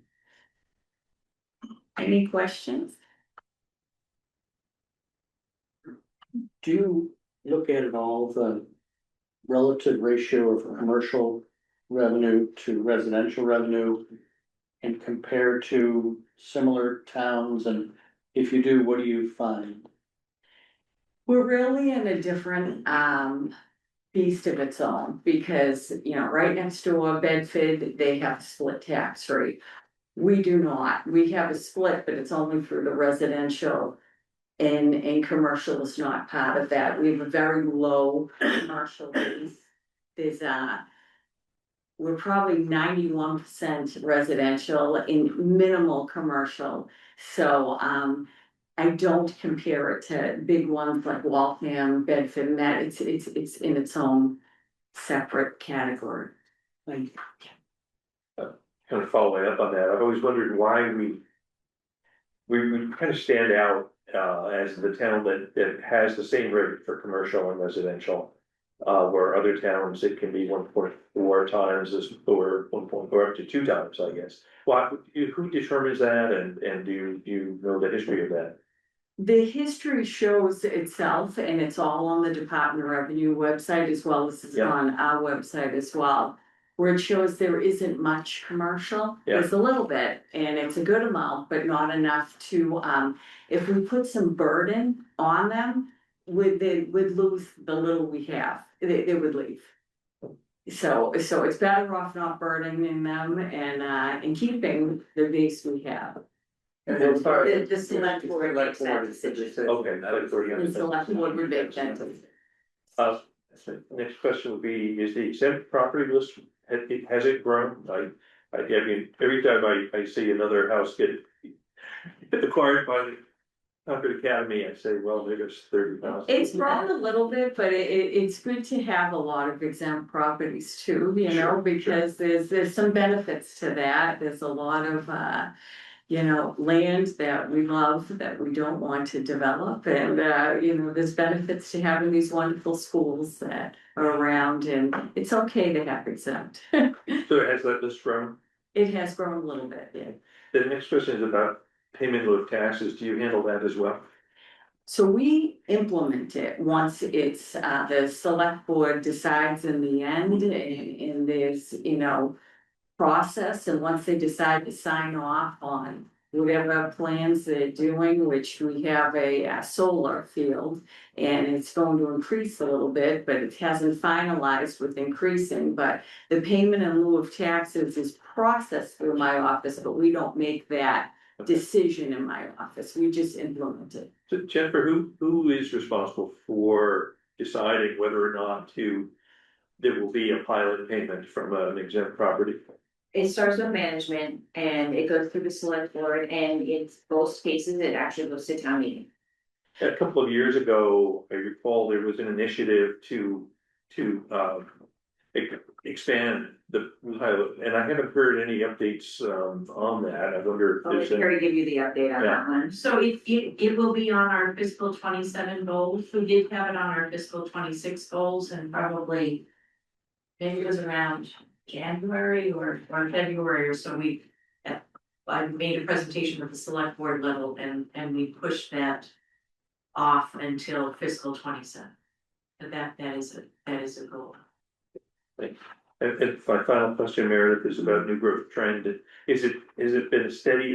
I have this rule of thumb in my mind about we add about 1% of new property value per year. Is that right? It's been steady, it's growing, a little bit this year as well, so, we'll know at the end of the month, because June 30th is our deadline, so then we put all of our information in and we'll be able to, pinpoint it more in September. Okay, all right, thanks. Anyone else? Questions? Yeah. No?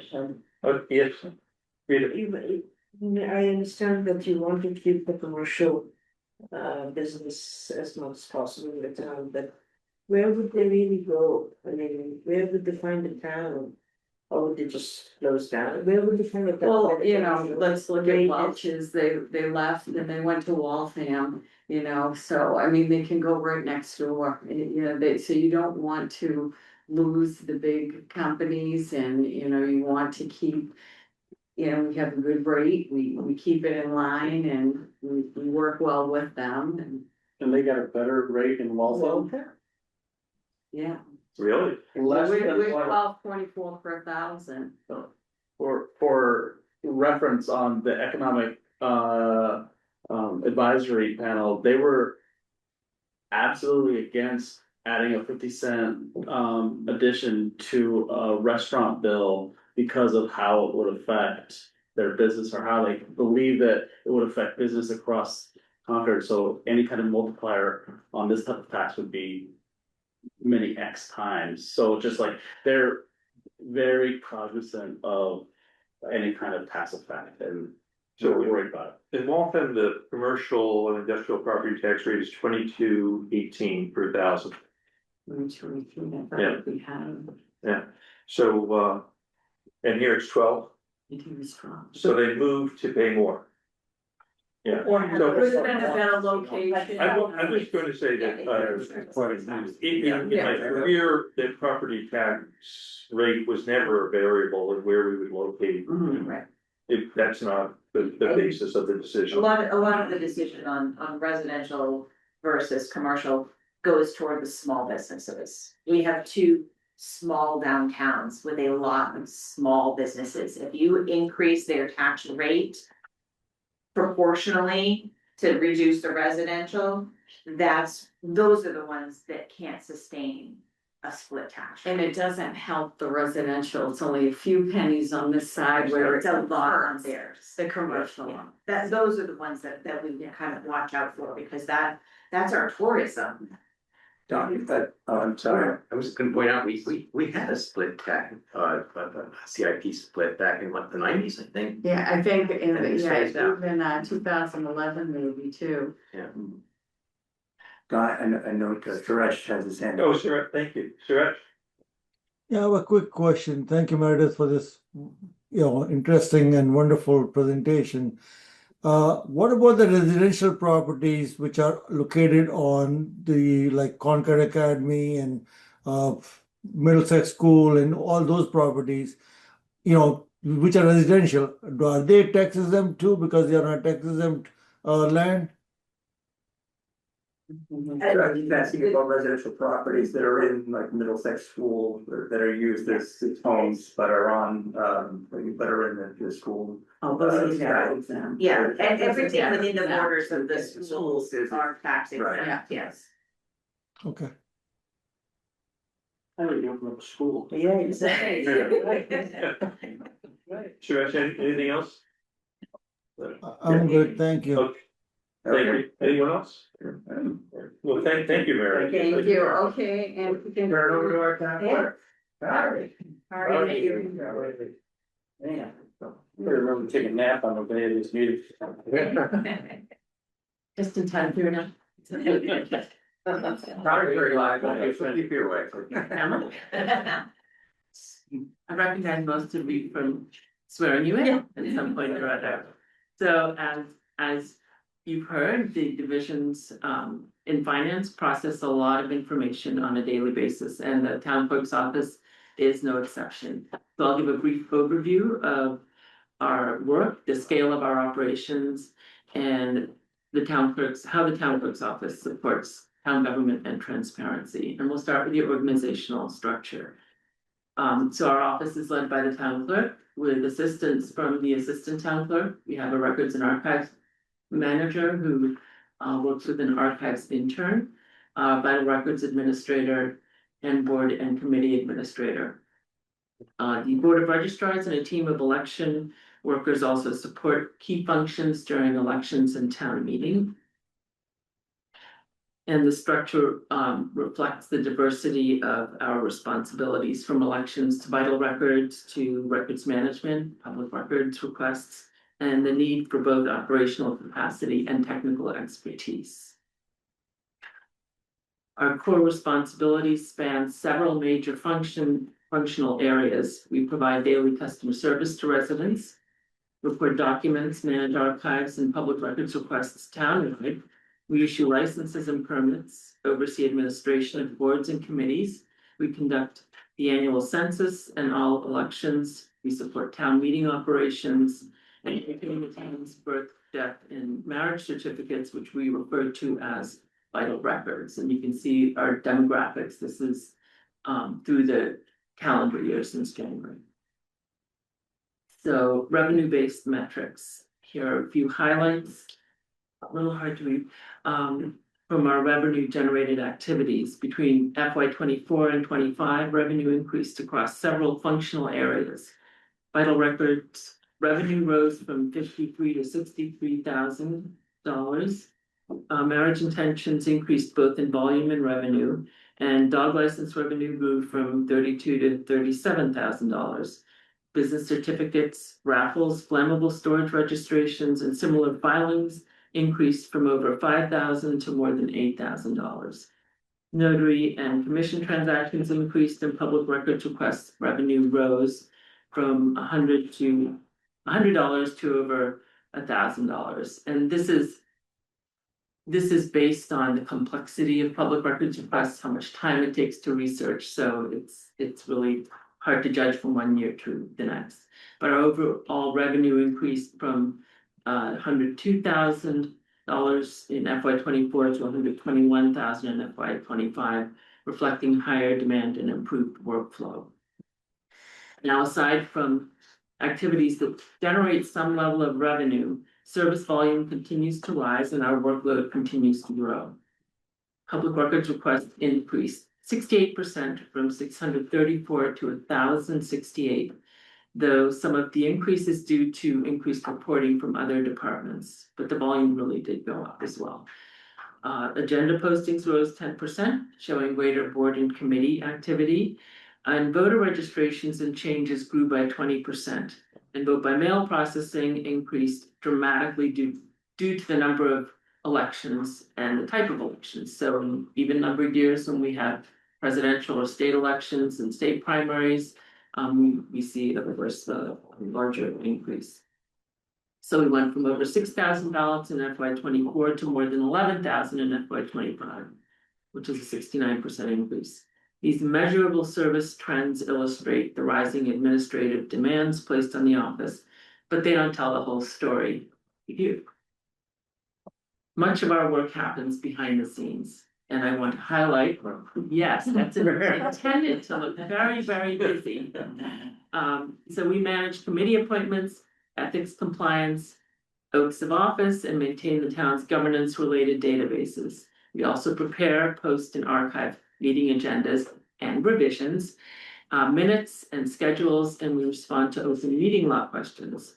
Board and committee work often requires extensive outreach, ranging from quick emails to lengthier phone calls, depending on the complexity of the issue. Our archivist manages records across town departments and committees overseeing preservation work, meeting quarterly with departments on records management strategies, collaborating with special collections on exhibits, pursuing grant opportunities, and managing the town's digital repository, which provides public access to a rich collection of Concord's historical archives. We process public records requests, often coordinating across departments and performing required legal redactions and searches. And for elections, we manage the entire cycle from ballot preparation and early voting to election day operations and post-election activities. This requires detailed planning and multiple checklists to ensure accuracy. We also recruit, train, and schedule poll workers, and we preserve all election materials in accordance with the state's records retention requirements. We also register, amend when necessary, process, certify, and archive all vital records. These tasks are highly regulated and must be completed daily, monthly, and annually with precision. To ensure accuracy and compliance, we stay current with continually evolving regulations in both elections and vital records. Turning to FY26 accomplishments, we expanded our digitization work and handled a growing number of public records requests. We presented a bylaw recodification proposal to the select board and offered quarterly effective governance trainings with companion newsletters. We also launched an online census response option and introduced the Election Olympics training program for our election workers. And finally, we strengthened our internal processes, documentation, and implemented a state mandated death registration software to improve accuracy and compliance. Looking ahead to FY27, we plan to launch a new data portal to improve public records workflows, support the bylaw recodification process, and explore tools that can better help boards and committees with minutes and agenda management. We will continue documenting office procedures and strengthen cross-training, creating an elections contingency plan, improve the online census process, increase online resources, and reorganize vital records to make frequently used documents easier to access in our daily work. For efficiencies, the town clerk's office plays a central role in maintaining the administrative, legal, and democratic infrastructure of our town. Our work ensures accessible public records, transparent governance, accurate vital statistics, and well-run elections. This review of service levels, staffing, and operational needs underscores both the breadth of our responsibilities and the essential role our office plays in serving the community. Are there any questions? We're not seeing. You do it all with a smile. Every day. Yes. Yes. Well, we love our work and no 2 days are long. Yeah, well, it's a lot. Thank you very, very much. I think Kari's office processes the most information. But maybe you choose hide with Colleen's office, townwide, the most information between the two of them, hands down. Thank you. Thank you so much for this deep dive to office of the CFO. It was very illuminating. Thank you. Well, finance committee members who are having a hard time saying, wait, we're almost done. We have a couple more agenda items. I hope that you found that valuable as I did. And for the next 4 meetings, we're going to have about an hour session per meeting. These are additional, but I think highly valuable side for us. Our next agenda is turning over to our clerk, Pat, for a quick review of Robert's Rules of Order. Just give me a minute. I think in light of the time, I'd like to have everyone just read on their own slides 57 and 58, because there's nothing really controversial there. I do want to go to 59, however, Ryan, if you don't mind bringing that up, because this is what drove me to ask Don to give a small presentation. I'm here now in my 3rd year, so it'll be not that one. Okay. It'll be not that one, the next one. First year I was here, everyone voted for the minutes, yay or nay. Last year, there were a whole big bunch of abstains, and I could hear under the voice why I wasn't here, so I'm abstaining. I just want to clarify that that's not what abstaining means when you are abstaining for the approval of the minutes. So even if you're not here, we do ask that you try to engage what went on in the meeting that you missed. But what you really are saying when you abstain is, I don't have confidence in the summary, or I have a conflict of interest, which is unlikely, or I want to amend something, which of course would come up in discussion. Now, I'm not here to say don't abstain. If you really need to abstain because you don't have confidence in the minutes because you weren't here, please abstain.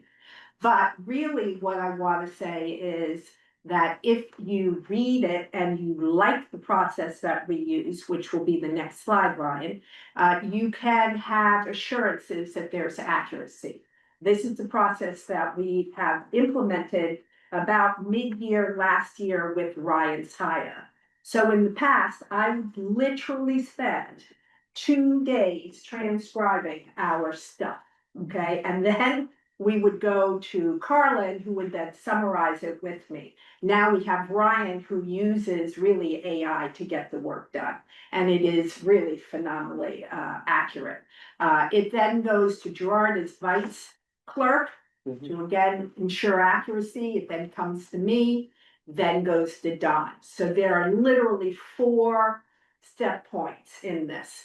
And then, of course, if we do approve it, then either Gerard or I will go ahead and put it through the town's clerk office. So I'm here to say you may abstain to approve the minutes, but you're saying that you don't have confidence in the accuracy of the summary. Okay, and that's perfectly fine to say. But if you're saying I'm abstaining because I wasn't there, okay, be my guest and do that, but that's sending a different message. Thank you. Thank you. Any questions? And to your first point, I would add, if you miss a meeting, the meetings are all video recorded and available on YouTube. It's really important, I think, to catch that recording. And then, of course, now you will have heard what was going on, what was said in your absence, and now you can read the minutes and see the accuracy. You can even watch it on more than one time speed if you really. All transcribed too. You There are all sorts of transcription that you can do as well. get really good at it, you put it on 2x. Understand also that the AG's office recommends that we approve our minutes within 30 days. So if we don't get that kind of majority, we're going to miss that very good, important milestone too. So that's, and we actually are the committee that was written up in the Concord Bridge for doing minutes accurately and on time. So I'd like to try to keep that legacy going. All right. Thank you. We're behind you. Thank you for that.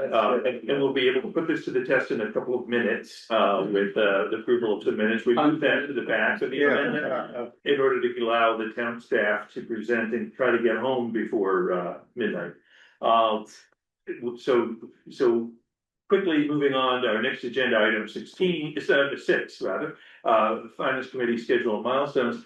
This is just a different way. We're going to see the same schedule as last time following this slide, but I've created 4 work streams, and I just wanted to illustrate that. There's the guidelines work stream, and then and the FinCom report. Those are our standard every year we do, and they're what we're accomplishing month by month.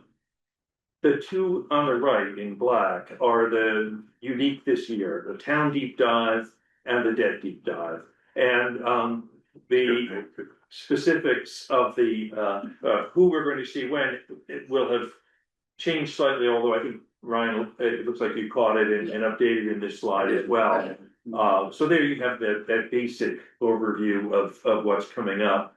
And then the debt deep dive, I think, is really going to be useful if we can create, with your help, Jennifer, that model of the costs overall that are going away. Hearing about the OPEB component dropping in the future creates additional capacity for additional debt at another time. We can give the town a roadmap that says, here, follow this, and we'll have no big, jaw-dropping surprises in the tax bills, and that would be awfully nice to be able to project ahead. The absent, I'm thinking this is absent any specifics of the project, simply looking at financial debt capacity. Okay, so the next slide is the slides that made famous by Chair Emeritus Eric Dalbert that I found so helpful. So the May meeting is now grayed out because it's complete, and I've updated information in the other meetings. June, we're now June 4th. We also have a meeting called for June 17th. That is the Financial Audit Advisory Committee's meeting. They're meeting that night. I've called a FinCom meeting so that we can hopefully hear the same information at the same time. And if we want to discuss it, if we have a quorum present, then we can have a meeting following theirs to have our discussion. Yes, Yeah, Jennifer. and I would like to take advantage of that meeting. It's the last meeting before the end of the year for any transfers. I see. So if we could get a quorum, we would handle them there. If we can't, then we'll do it at our July meeting, which does happen to be before July 15th, but the select board prefers the FinCom to hear those transfers first. Okay. So small Yeah. agenda item, if we can have that meeting. We don't know who intends to to show up. The other tangential but important point, really important point, is that when we have discussions among ourselves, even if it's not a quorum, if it's not a quorum, we can't do it. We can't, what we do has to be done in the open, in public. And we had the discussion at our last meeting, Paul, where you were saying an informal work group without minutes would be, no, we can't do that. That's illegal. That's absolutely illegal. So, we have to, we'll call a meeting so that I can get together with you and Brian and download what we did in the past.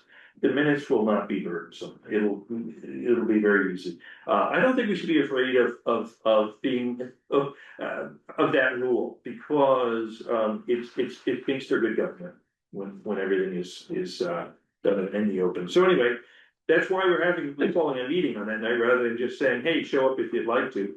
Because I think there's likely to be some discussion among members, and I'd like it to be done in the open and in public. The other big change here is the July meeting date.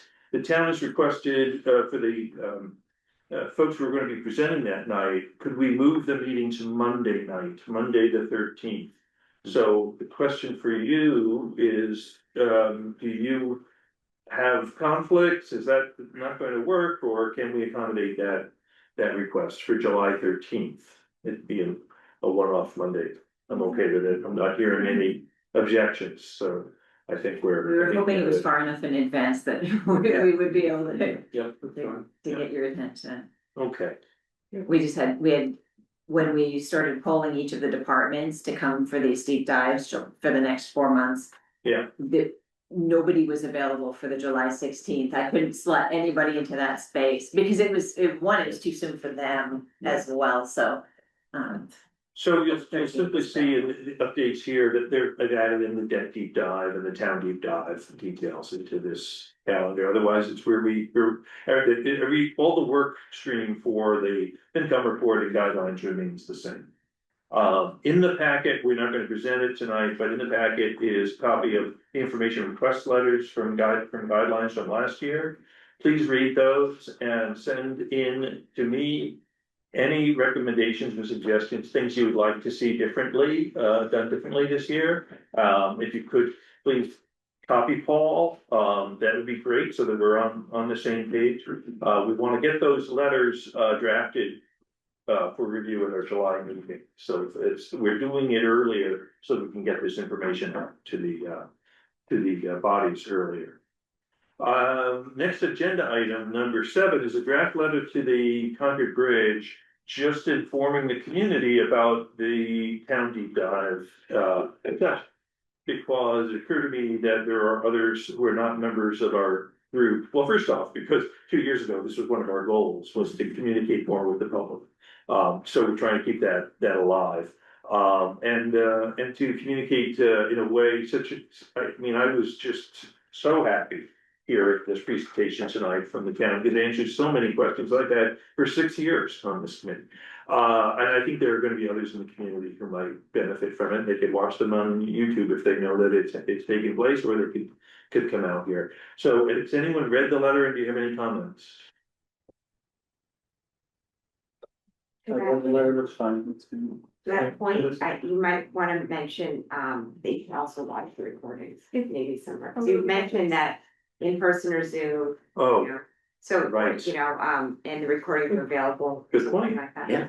The other question is what kind of a letter it is, because if it's a letter to the editor, this might be a little long. Yeah, you're right. Yeah, there's a limit of like. Yeah. 100 Yeah, words. exactly. I think it was under the limit, but then we wordsmithed it a bit and added more detail that. We can wordsmith it some more. if we know It's done, we know there's done, yeah. limit. so, Yeah. yeah, however you wanna do it, done. We added every department, if you wanted to scale some of those back. You just talk about the shorten bigger them, we picture, can right? Yeah. certainly We do give you that. more detail, you can All right. feel on that. All right. So everybody's on board with this notion? Yep. Okay. I don't think we need a vote to do a letter, right? Okay, next is minutes.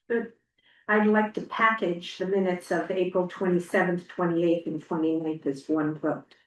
Through the town meeting nights, they were, we have to issue minutes because we called meetings in case we had to convene, we didn't, so those minutes that we say we didn't. Do I hear a motion? Motion to approve the minutes of approving the minutes, 27th, 26th, 29th, is your second?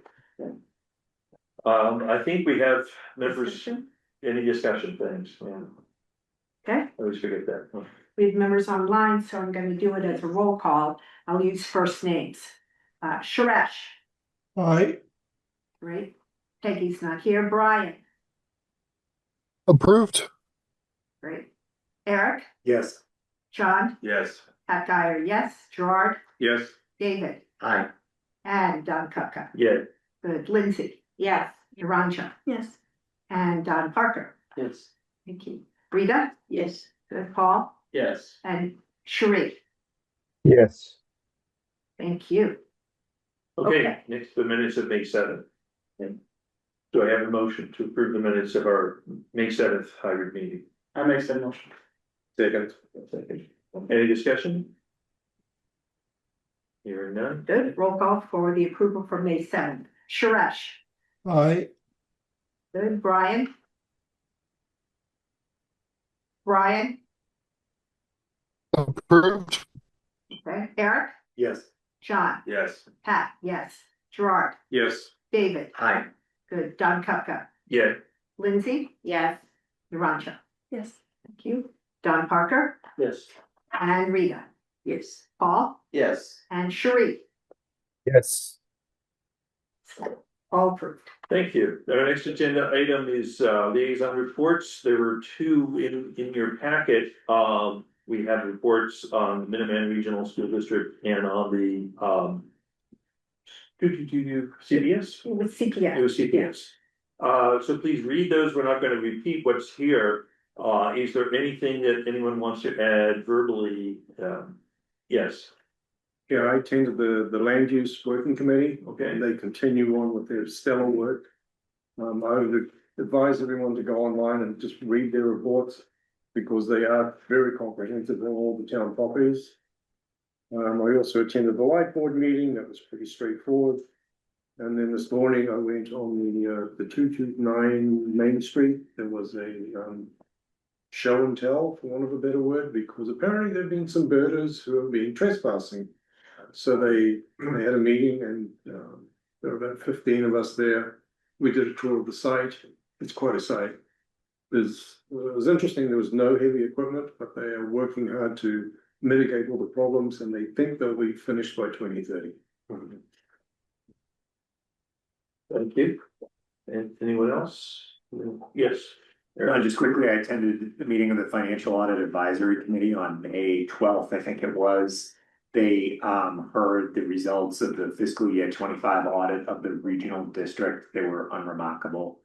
They anticipate getting the results of the town's FY 25 audit, as you noted, on June 17th. That's the meeting where we'll go to attend. Outside of the meeting, the select board did appoint a new member to serve on the Financial Audit Advisory Committee. It was previously Wendy Ravelli. Going forward, it's going to be Cam McKenna. Thank you. That reminded me, I attended the chair's breakfast, and there were some date changes in terms of hearing dates, public hearings, and those are incorporated into the two calendar slides that are in there. But in part, things are moving to be a little bit later than they were before. But we have one very heavy week in January when we have a meeting, I believe it was a Saturday meeting, a Monday meeting, and a Thursday. So between public hearings and at that time of year, we're resurrecting something we didn't do last year but had done previously, of a pre-warrant, pre-town meeting preview session, and we play a big role in that we're expected to present the financial condition of the town, the guidelines, and give an overall sense of our debt capacity to set the table for what's coming after. Okay, thanks. Next, agenda item 10 is correspondence. Again, erring on the side of full open meeting disclosure, including in here emails that I've sent on behalf of the committee about some of our growth. And I don't think that we received any correspondence. Is that correct? That's correct. And Brian has established a new email address that's just for us, so that if anyone in the community wants to communicate with us, they have a unique an email now going forward that's on our On your page. website now, on the finance committee page. Who does it go to? So we'll be going to Dawn, and then we also have copies to ask you, so if there's any, the Dawn's on there. So we're on the final agenda item, which is recap and action items. I have just really two action items here noted. One is Jennifer, a breakout of stipends and overtime. That was 14% of the budget. That was a pretty good number. We'd love to see that. Just a note, I will gather that for you for the next meeting, but it is actually on the website in the budget book. As if you look at each department, it does give a breakdown. Oh, okay. Well, then maybe we, including the stipends as well as the overtime. Okay, great. Then I think you're done. We can check off your having accomplished that one. And for me, I have an action item in the back of my mind, which was to find a volunteer to what's the word, correlate, I guess, all of the liaison reports, and so then compile them, that's it, so that we can put them in the packet, because we had two written reports this week that came into me. Lois was very good at prompting everybody. Send in your liaison reports. I'm not so good at that, and I'm wondering if somebody would like to step up. It involves sending an email to say, if you've had a liaison report, please send it to me. And then there are two. Thank you. It's usually about 72 hours before the meeting. That'd be fun. Yeah. The packets usually put together, between. around that. And That's when we usually try to get it out to you, so it takes us maybe half a day. That's, So let's do 4 days before that. yeah. And the reports go to who? And then it ultimately goes to Ryan for inclusion in the packet. I guessed right. Yeah. All right. Well, so thank you for hanging in there. It's a bit long, the meeting. Just a quick comment. Yeah. Just to remind you, probably are aware, next week is the NCI master plan direct activity. It's and also June 24th, DOT is going to be talking about the Rotary as a public forum to talk about Rotary options. It should be pretty interesting. Yeah. Put those on your calendar with everything else. And I just want to say the deep dive, the information content is just awesome. I mean, what Jennifer Brian and Carrie put together. It should be a course for every citizen, what this town is all about. It's really important what you put together. The process is great. The information content is terrific. Thank you, thank you. I feel that is way. So that's wonderful to hear you agree. The meeting on the 16th, 17th is at the light plant. Yes. Down here, there's some work being done here. Does everybody know where that is? It's on their two-way. Around the rotary to Just past the dirt bar. like heading into Acton that way, it's right there on the left. Yeah, right. And if you drive around the building to the back side, there's a door that directly into the meeting room on the back side of the building. Or as you go to the doors, you take a left. But the leader might. We don't need a meeting, take a vote to close. do we? Absolutely not. All you have to do is say. Meeting is adjourned. Thank you. And